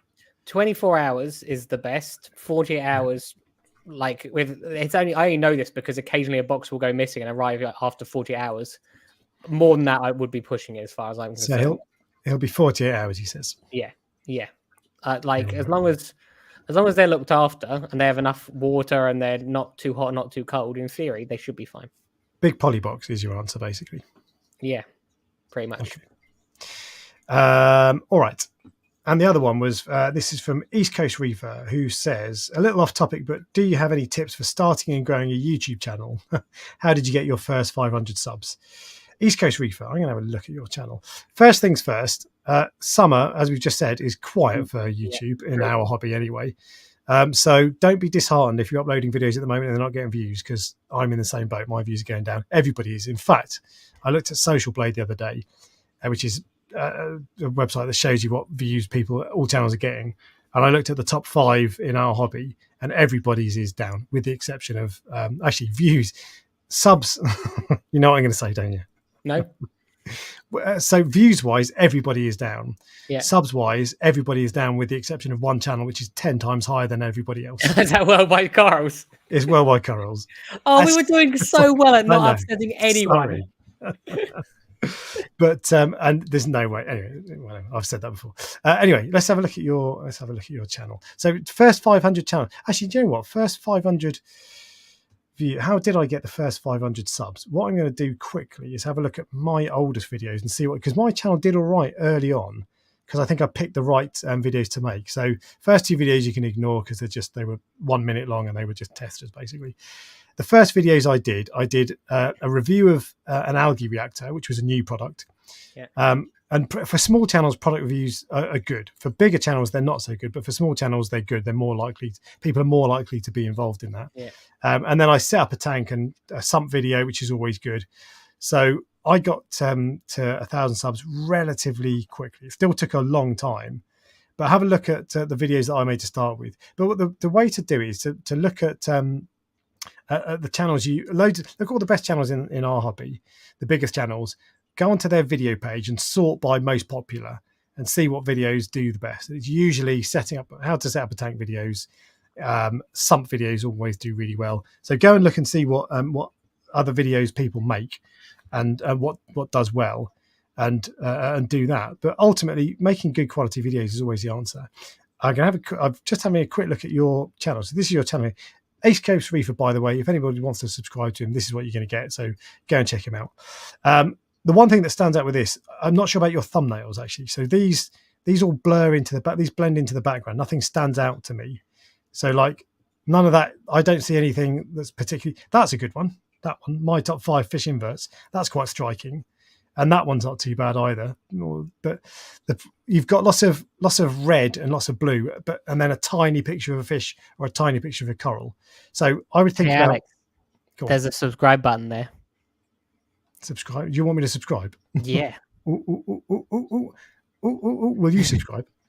I can do. To be honest, I only subscribe to channels that I really want to subscribe to. No. That's not. I'm not saying I don't want to. I've watched a couple of his videos before, but you don't want to subscribe. You don't want someone to subscribe who doesn't watch your videos. That is, to be fair, that is actually true because it's actually more harmful. Exactly, so there's no point getting to buying subscribers, for example. Yeah. waste of time, complete waste of time. It might make you feel better because you've got a big number next to your name, but it doesn't mean squat. You know And what? if you've I'm going got, to subscribe. I'm going to do it anyway, just all right, I'll because. subscribe as well. There you go. Just You got two. because you got to show support, haven't you? Go on then. So you say East But Coast. yeah. I would look at the kind of videos you're making. I would change your thumbnails. Have a look at the bigger channels that do really well. Look at the kind of thumbnails they do, because your thumbnails don't look massively clickable to me. But I've watched a couple of your videos, and yeah, they're all right. So I don't watch any videos, so but you have got a new subscriber. Just keep going, because it's pain in the arse sometimes. I haven't seen any of your videos, but so I can't tell you how I can tell you how I first started, but it's going to be difficult. So, but the most important thing I've found, audio is way more important than video. Yes. Brilliant so point. like, and the other thing, the amount of effort. Effort makes a massive difference. You'll notice in some of my older videos, you'll be talking about something and I go, and I'll just leave it in there. In my last video, I cut out every single time I said, because people don't want to hear you say, 100 times. And if you cut it out, it might take you an hour to do it, but it significantly improves the content that you're putting out. Yeah. I just said, then. So, but that's so like live, you can't help it. But that's a really good point. So watch your videos back, and if there's a bit like this week, actually on my video, there were 2 words I said where the audio clipped. Or actually, the microphone is up here. It heard the puh sound, so it gave this digital like puh. It sounded awful. And my first thought was, no one will notice it, I'll leave it in. And I stopped and I re-recorded it. Those 2 words, I just re-recorded those words, stitched them back in. You've got to think about those sorts of things. So when you watch your videos back, if the video doesn't tie up, if what you're seeing doesn't tie up with what you're saying, go and record another clip and put that in. If the audio sounds rubbish, re-record it. You just don't need an expensive mic. Just need a 10 quid lavalier mic, lav mic that plugs into your phone. It's so much better to have that. But try to make videos that you would want. I try to make the sort of videos that I would want to watch. So some people ask me, they say, oh, look, I wish you'd make longer videos, 20 minutes long or whatever. I do very occasionally, but I don't really like those. I like shorter videos. So if you like longer videos, make longer videos. If you like short videos, make short videos. If you like videos about fish, make videos about fish, Watch someone's videos that you like. Watch Alex's video, for example. I'm assuming you must watch his videos if you're here. And then watch one of your videos and go, how different is the quality? I said I haven't seen your videos. They might be excellent, but how different is the quality? And then go, well, what small thing, just one thing can I do to improve it to an equal level of quality? Maybe it's to get a new microphone. Maybe it's to do very small editing where you cut out like nonsense. Because trust me, when the work experience person watched me do it, like watch me record the thing, he didn't realize that what is put out is not even remotely what is originally recorded. He went, this is actually genuinely eye-opening, because a half an hour video might recording might actually turn out to be a 17-minute video. So what's all that nonsense that I cut out, if you see what I mean? So I've thought about, I think probably like 3 people would be interested in this, but I've thought once about, when I record the videos, it's either scripted or bullet points at least. So I might talk around a bit, but I've got at least an idea of what I'm going to say. And I've thought about, but and you would think just reading off what you're going to say, that's easy. It's really difficult. It's hard. So I might do like a 20-minute clip to do a 20-minute video to make into a 5-minute videos. And I've thought once about what I might do at one point is just release that whole unedited video. And then you'll see me going, the frostbite clownfish is, oh, no, not bloody frost. Right, hang on, do it again. And there's so many times you say things. So, editing is really important. Lighting, people get lighting wrong all the time. Yeah. So, like, my lighting is generally good now. But, like, there are times if you're filming something that's dark or in a dark room, you said earlier, par in your living room is 7. Yeah. All rooms are dark. If the room's dark, all that stuff that you're showing is dark. If you're filming next to your tank, it'll probably be blue. It's really hard with tanks. So, but you can get. Where is it? I haven't got it. There's a little LED panel light. Oh, I know, it's over there. There's a little LED panel light that you can get that's got what's it called? I can't remember now. But you can get them off Raleno, Raleno. They're really good. They're a diffused light as well, and you can just put that on a little tripod, and it gives you more light. And they're not expensive. So loads, but just keep going. The hardest part is getting used to it and working out what people want to watch and what people don't want to watch. Because when I first set up, I was making videos I was talking about my tank. But what I realized, like, I wanted to do tank updates all the time. But what I realized is most people, there'll be some people who want that, but most people don't care. They're like, it's just some other dickhead with another tank. And my tank was nothing special. So there's no reason to watch that. So those are the videos I wanted to make. But actually, it's better to find videos that you think people will want to watch. But come back when you've implemented some of that. I like Ryan's advice of watching a couple of videos, comparing them to yours. Originally.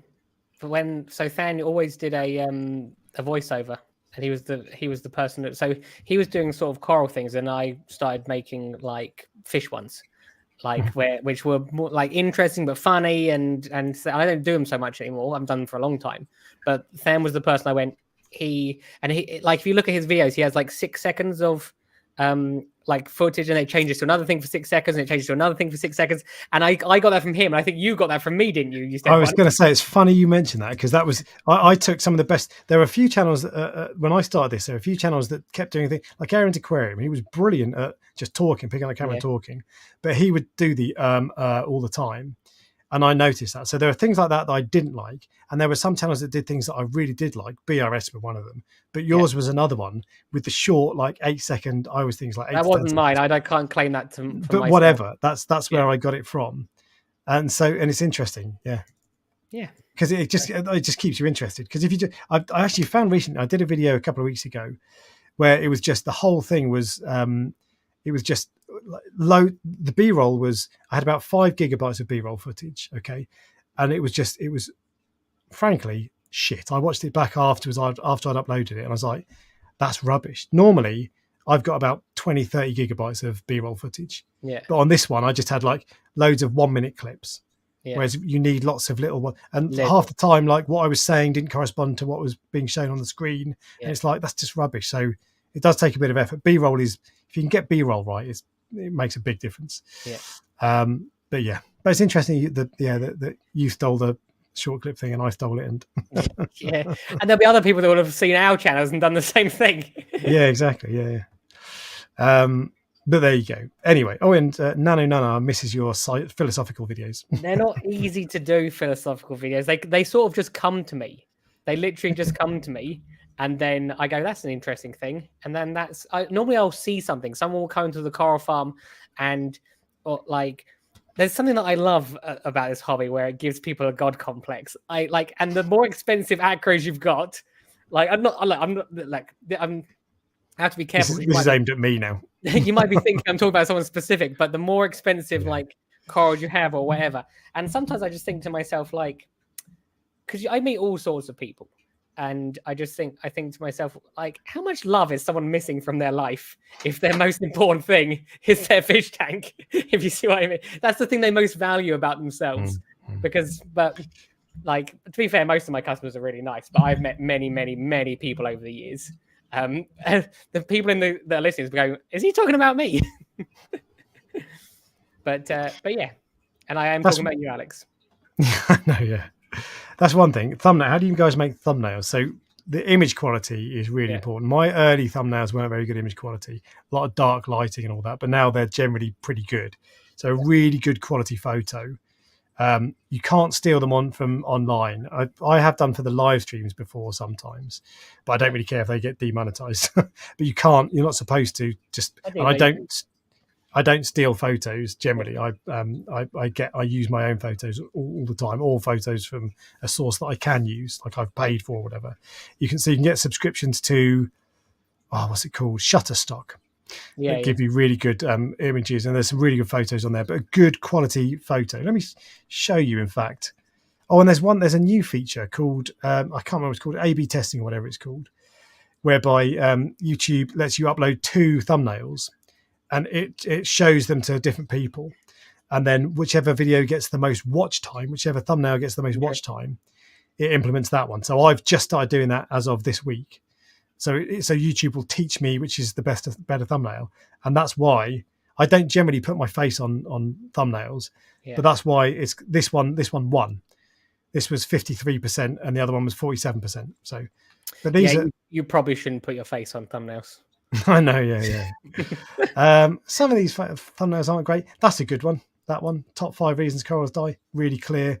It's always worth having writing in the thumbnail as well, because there are times when YouTube will suggest a video for you and it'll just say watch next or mix or whatever. It doesn't show the title of the video.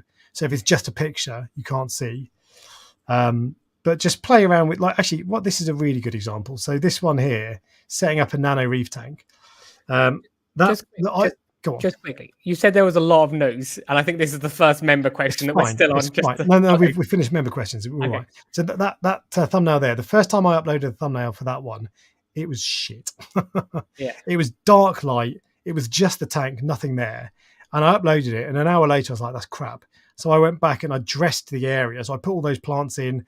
I brought in a shed load of light. I edited the photo so it looked a bit better. I brought down the shadows and all that sort of stuff. A bit more effort into thumbnails makes a huge difference, because the first thumbnail for that video was awful. It's embarrassing, frankly. Snapseed is a really good app for editing photos. You don't have to go crazy on them. Just bumping up the brightness a tiny bit, bumping up the shadows a tiny bit really helps. But yeah, it's hard work and it's a small hobby. And like Lo Laos, who I recommended recently on this stream, his channel is brilliant, and he's only got I can't remember how many, less than 1,000 subs. So, and he doesn't get big views. So it's hard work, and he makes really good quality videos. So it's not easy. I think you have to get lucky. It's hard, and it's easy. It was easier 5 years ago or 10 years ago when I started, and probably even easier when you started. It's getting harder and harder now, I think. Yeah, definitely. Anyway, Prestige Reef Fish of the Week. Okay. So I'm going to go for no, that's not the one I'm going for. I'm going to go for a snowstorm long-finned clownfish. Not the bloody longfin snow. Yeah, I'm going for a snowstorm longfin clownfish because, as I said, I met a clownfish breeder and I googled this and I actually thought it was really cool. The picture looks cool. I'm not sure what the fish would look like as it was swimming around, but as a fish, I'm like, that's not the picture that came up. But that one, that's the picture I liked. You see that blue? Yeah. You see that blue on its like the edge, the tips of its tail. Yeah. There was one time there was a fish which was completely black and it had blue, like properly blue edges of the fins. And I wish I'd bought that fish because it was so unique. And but they're not for everyone. I don't particularly like fancy clownfish, but when I started to look into fancy clownfish again, I thought that's a pretty cool one. I might end up liking these because I didn't used to like fancy clownfish, and now I really like them, the designer ones. Yeah. Like the I've got snowflakes in my cave, they're brilliant, and Da Vinci's in my main tank, they're brilliant. But I don't like the long fin ones. These fins aren't too bad actually. They're not too long, are they? I don't. They're not like the long like ones where they looks like a guppy. Yeah, they look awful. Yeah, that doesn't look too bad. I still don't like it, but I'll let you have that. So that was my first fish of the week, and then my second fish of the week is sticking with the clownfish theme. Is actually the rarest clownfish. Do you know what the rarest clownfish is? The Ocellaris. No. Yeah, these days it's just an Ocellaris. Yeah. That's true. It's like a Macoscus? No. Maculaci. Yeah, that's it. Yeah. Oh, those guys. Yeah, okay. You've mentioned these before, I'm sure. Yeah, but I don't think it's a fish of the week. And I just thought, no, okay. I just thought people like to show people things that they don't normally see. I think they only come from one island. Although this is when Brian from TMC listens and then he goes, just so you know, Lord Howe Island and Norfolk Island. There you go. See, I very, very quickly picked those as fish of the week while we were on the live stream. Okay, so, it's important to remember there are no facts on this live stream. There's no facts, and they used to be really expensive. I don't think you get them very often. Okay. What's your two corals of the week? Oh, well, okay. So I'm going for a Doughboy Recordia. Doughboy? I think they have different names, but I just say if you Doughboy. That's got to be like a brand, an American brand or something. Yeah, it will. Because I don't recognise it. Well, there's a Pillsbury Doughboy, isn't there? But the Pillsbury Doughboy. Yeah, I know. Yeah, if you have a Doughboy Recordia, yes, I think that looks quite cool. You don't see Recordias that have that sort of like that's all right pattern on them. They're quite striking when you see them in real life. Okay, I don't want it, but it's cool. I appreciate it. Yeah, I think that's a nice Ooh, that's coral. Actually, it's an anemone, not a coral. Oh yes, true. But I don't think I've ever seen one over here, but I have seen them at the shows. And that's what's great about the shows. You see stuff you wouldn't normally see. What's your second coral of the week? A sunset Stylocinella. Stylocinella. Burning banana's better. They are better. I've done a burning banana before. So have you? Okay. Yeah. That looks like a what's it called? Parites. I'm not saying it is. I'm just saying it just looks like one. I don't like that. Well, okay, fine. There you go. Sorry. Fine. I don't like that. I have actually got another one, which is I think it's called is it Scarlet Fever? Well, you'll have to wait till next week. Yeah.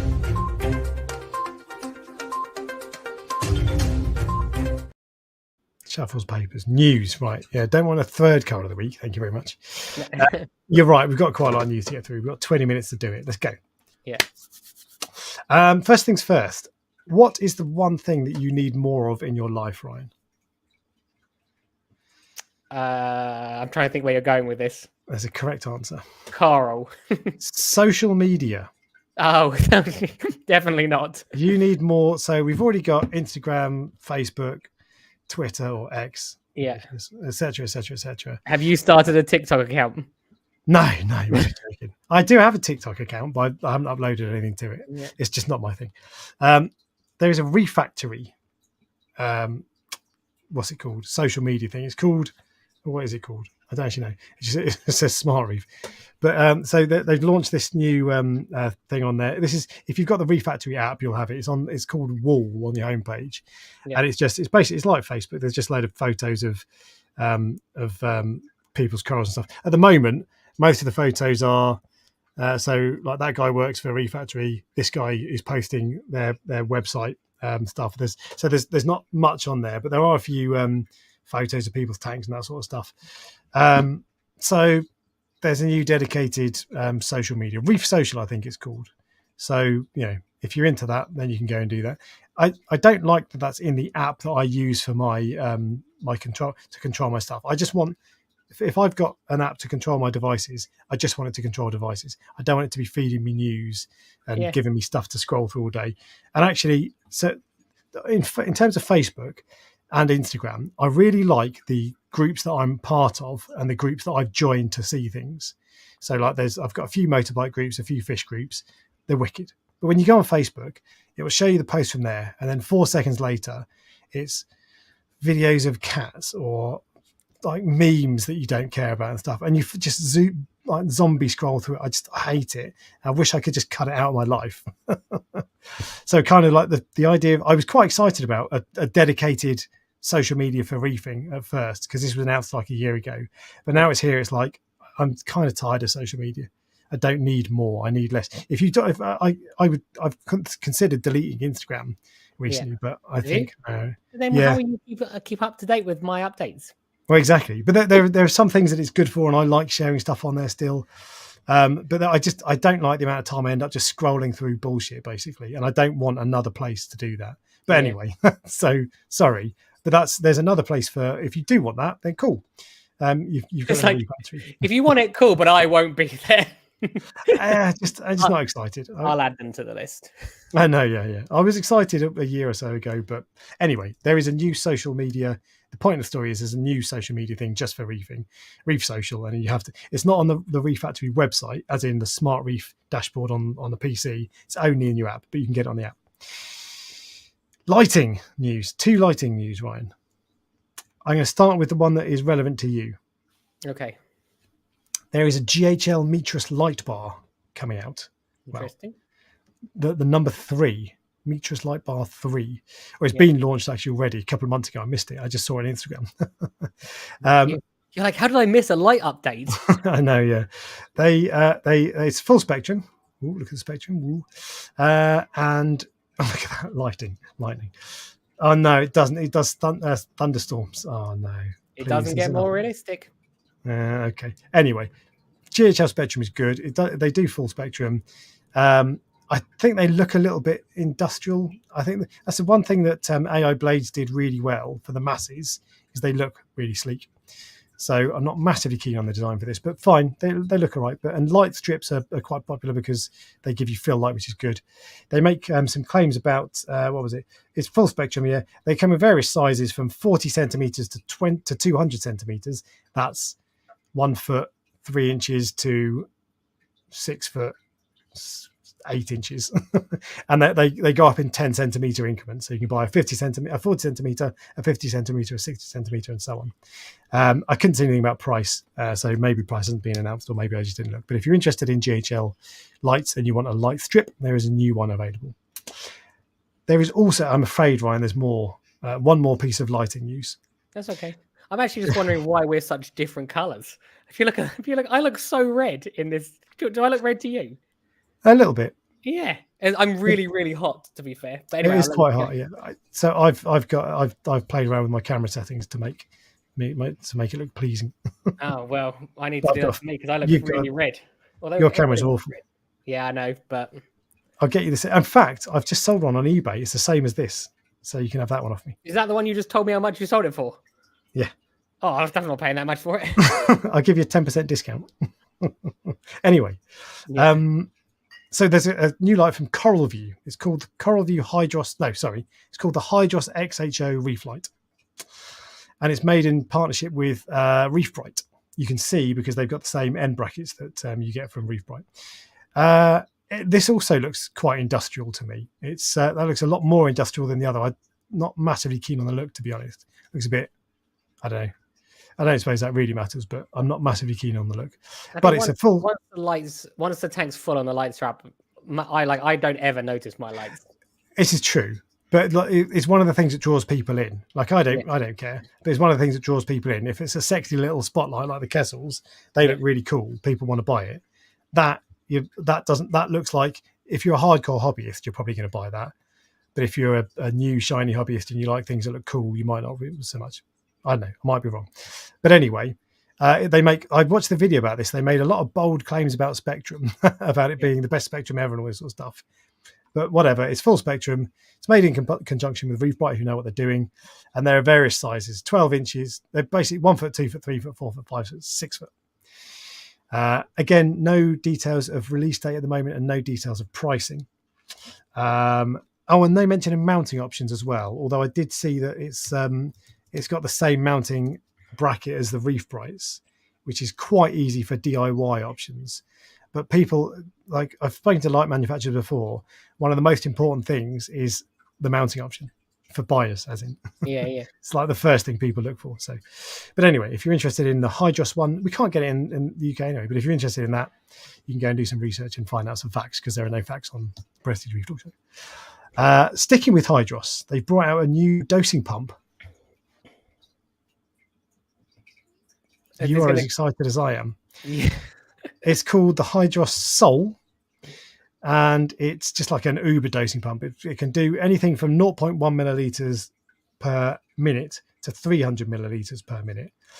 And so it's got lots of wide applications. So you could use it to feed a kalkwasser stirrer. You could use it to do auto water changes if you had 2 of them and so on. So it's a bit of a niche piece of equipment, but there you go. If you're interested, you can go and check it out. Again, not available in the UK. Why are you laughing? One more. Too well, Ryan. One more to go. I'm like, please, let's get to the interesting part. I know. Okay. I won't delay any longer then. Flow directors. Okay. AI Nero. So you haven't got AI Nero power heads, have you? No. So one of the bad things about them is you can angle them up and down a little bit, but only a tiny amount, 15 degrees, I think.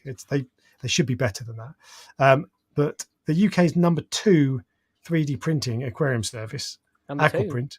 Okay. Yeah. Number 1 is reefdork.se.com. Thanks very much. The UK's number 2. Aquaprint is much better than me. I really like Aquaprint stuff, by the way, to be fair. They do loads of really good stuff, and probably are the UK's number 1, I would say. They have made, they call it a flow director, and it's just an angled thing. I have the equivalent on an MP40. It works really well. It's only a subtle little angle, but it makes a big difference. And I don't think these are available just yet, but they're coming soon. I think they are. To Reef. They did. You're right. 15 quid for the Nero 3, 19 quid for the Nero 5, 25 quid for the Nero 7. And I don't think they are available yet, but they're available soon. It's a work in progress from the looks of it. We've got the Nero 5 and 7 ready for release this week. Right. So yeah, 2 weeks ago, so they should be available now. They're really good. I don't know if those are really good, but the equivalent ones for the MP40s are brilliant. So the chances are they're very good as well. And what else have we got? Oh, I was going to say Signature Frags is coming to Aqua, but we already know that because you ruined it. You ruined the surprise. Well, ICP Analysis. Yeah, I saw. Yeah, Yeah, they're shutting down. I know so TMC worked with ICP Analysis.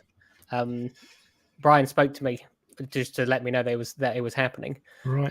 Because he just said this is what's happening. So I'll just let you know. And I was going to tell you, but then I forgot, and now it's come up anyway. I saw anyway. Yeah. So, but the guy, it sounds like the owner, Steve Visser, his name is, has got health issues. Yes. Presumably relatively serious. So first things first. I hope you're okay, and I hope you get better. That's all that really matters here. But from a Reefing news point of view, ICP Analysis is going to shut down.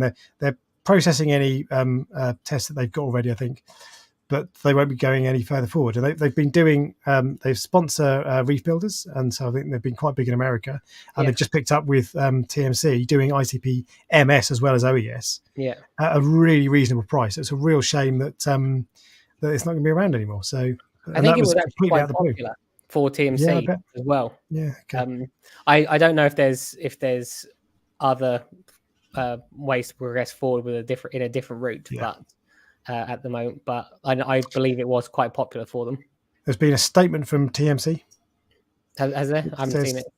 Thank you for your understanding and cooperation during this transition. Please keep an eye out for future developments from TMC and its partners in this area. So there you go. they're presumably they're trying to work on something. But yeah, first off, really sad that that the guy's unwell. Hope you recover soon. He's not watching this, but still, hope he gets better soon. Must be serious. Hope it's nothing too bad, and hope you're all right. But yeah, we're losing ICP Analysis. More news. There's a new edition of Ultramarine magazine. I subscribe to this. This is not a freebie. I pay for this. Yeah. I was looking at the clownfish. I'm like, is that a longfin clownfish? It's not. There's a new this came through the post I think last week because I subscribe. How much is the £4.15? And it's a quarterly one. I think I pay £12 a quarter, something like that, and it comes through in the post. And this week there's articles from Mike Paletta, as always. He's a regular contributor, and there's a video. A video. There's an article about this guy, UK hobbyist Sam Hamlin. Hi Sam. This is his tank. And it's his water box tank, and it's if I can do it, anybody can do it. So just an interesting article on a small water box 25, was it? Can't remember what it was. Small water box tank that looks really nice, and it's got that's a really nice trackie, in fact. But yeah, so new edition of Ultramarine is out. You can buy that in all good shops. You can't get anything in this hobby for £4.50 anymore. So that's £4.15. £4.50. Yeah, that's even better. Yeah, exactly. And the last thing, I got an email from Red Sea this week, not a personal one that goes to everybody, saying register. Don't forget to register your new Red Sea tank for the extra 2-year warranty. So they come with a 5-year warranty, but with most, like Seiche do this, everyone does this. The first 3 years is guaranteed, it's in place. You have to register for the additional 2 years. So if you haven't registered your Red Sea tank yet, make sure you register it. I've registered mine. Even though I was given it, I want it all there. So I've got the warranty, So, but anyway, so there you go. If you haven't registered your new Red Sea tank, do it. I think you've got 90 days from the date of purchase to register it. So make sure you go onto the Red Sea website and register it. And that is any comments on the news, Ryan? No, there was one thing on Reef Builders which I'd hoped you would have looked at, which it was like the. It was like the most important, doc. Yes, but the article is so long. If you click it, it just goes on and on and on. I was like, what? Short attention span. How it is, yeah. So I read. I see how long it is. I'd hoped that you'd read it. Well, you're not kidding. Bloody hell! I'm not going to read that. Come on. That is pages and pages and pages. I want someone to summarize that for me into bullet points. That's like a proper. He's got to put references and everything. He's put a lot of work into that. It's like a proper scientific document, isn't it? Yeah, it's like a paper. Yeah. Yeah. Yeah, duck is dissolved organic compounds, and you can get there's been a test out for ages. Triton do a dissolved Yeah. organic compound ICP test. I can't remember what it was. I asked what it was about ages ago. It was like nutrients and all sorts of stuff. I don't know, dissolved organic compounds, but I don't know what that is. But yeah, there you go. So there's an article on there. I've got a very short attention span. Me too. Well, you've seen So- how short mine's even shorter than yours. Exactly, yeah. So I'm not going to read that, I'm afraid. I like short videos. I don't want a half an hour video. I want a 5-minute video. I'll let him know. I'll ask him to do a video on it just for you. Yeah, but keep it brief. I don't want like half an hour. You know. Anyone in the chat, if you can summarize it in the 3 lines it gives you in YouTube. That's true. Yeah, we'd like to know. Yeah, no, I didn't read that. I clicked on it, but again, it was just like, I was like, all right, well, in which case, that's the news.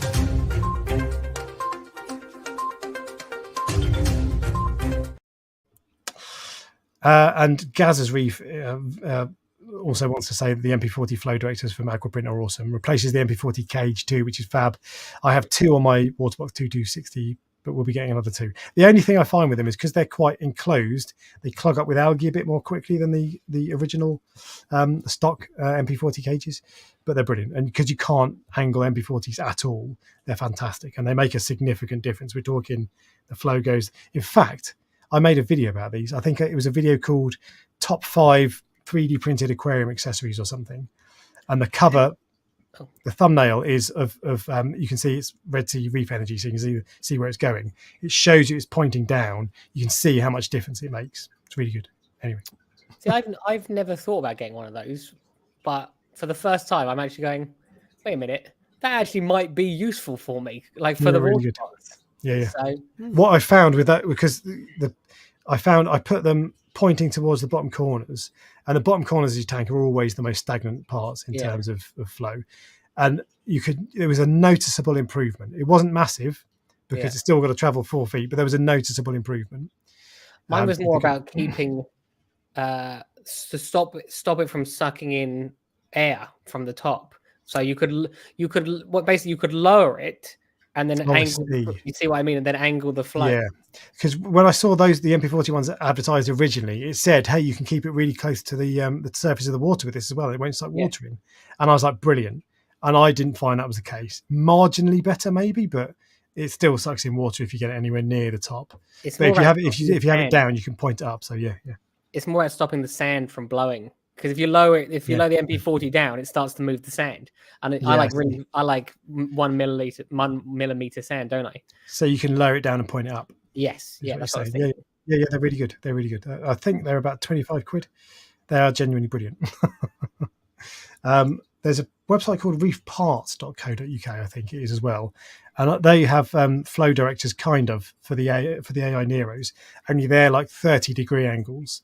Yeah, and then they stick to the base, but they're really good as well.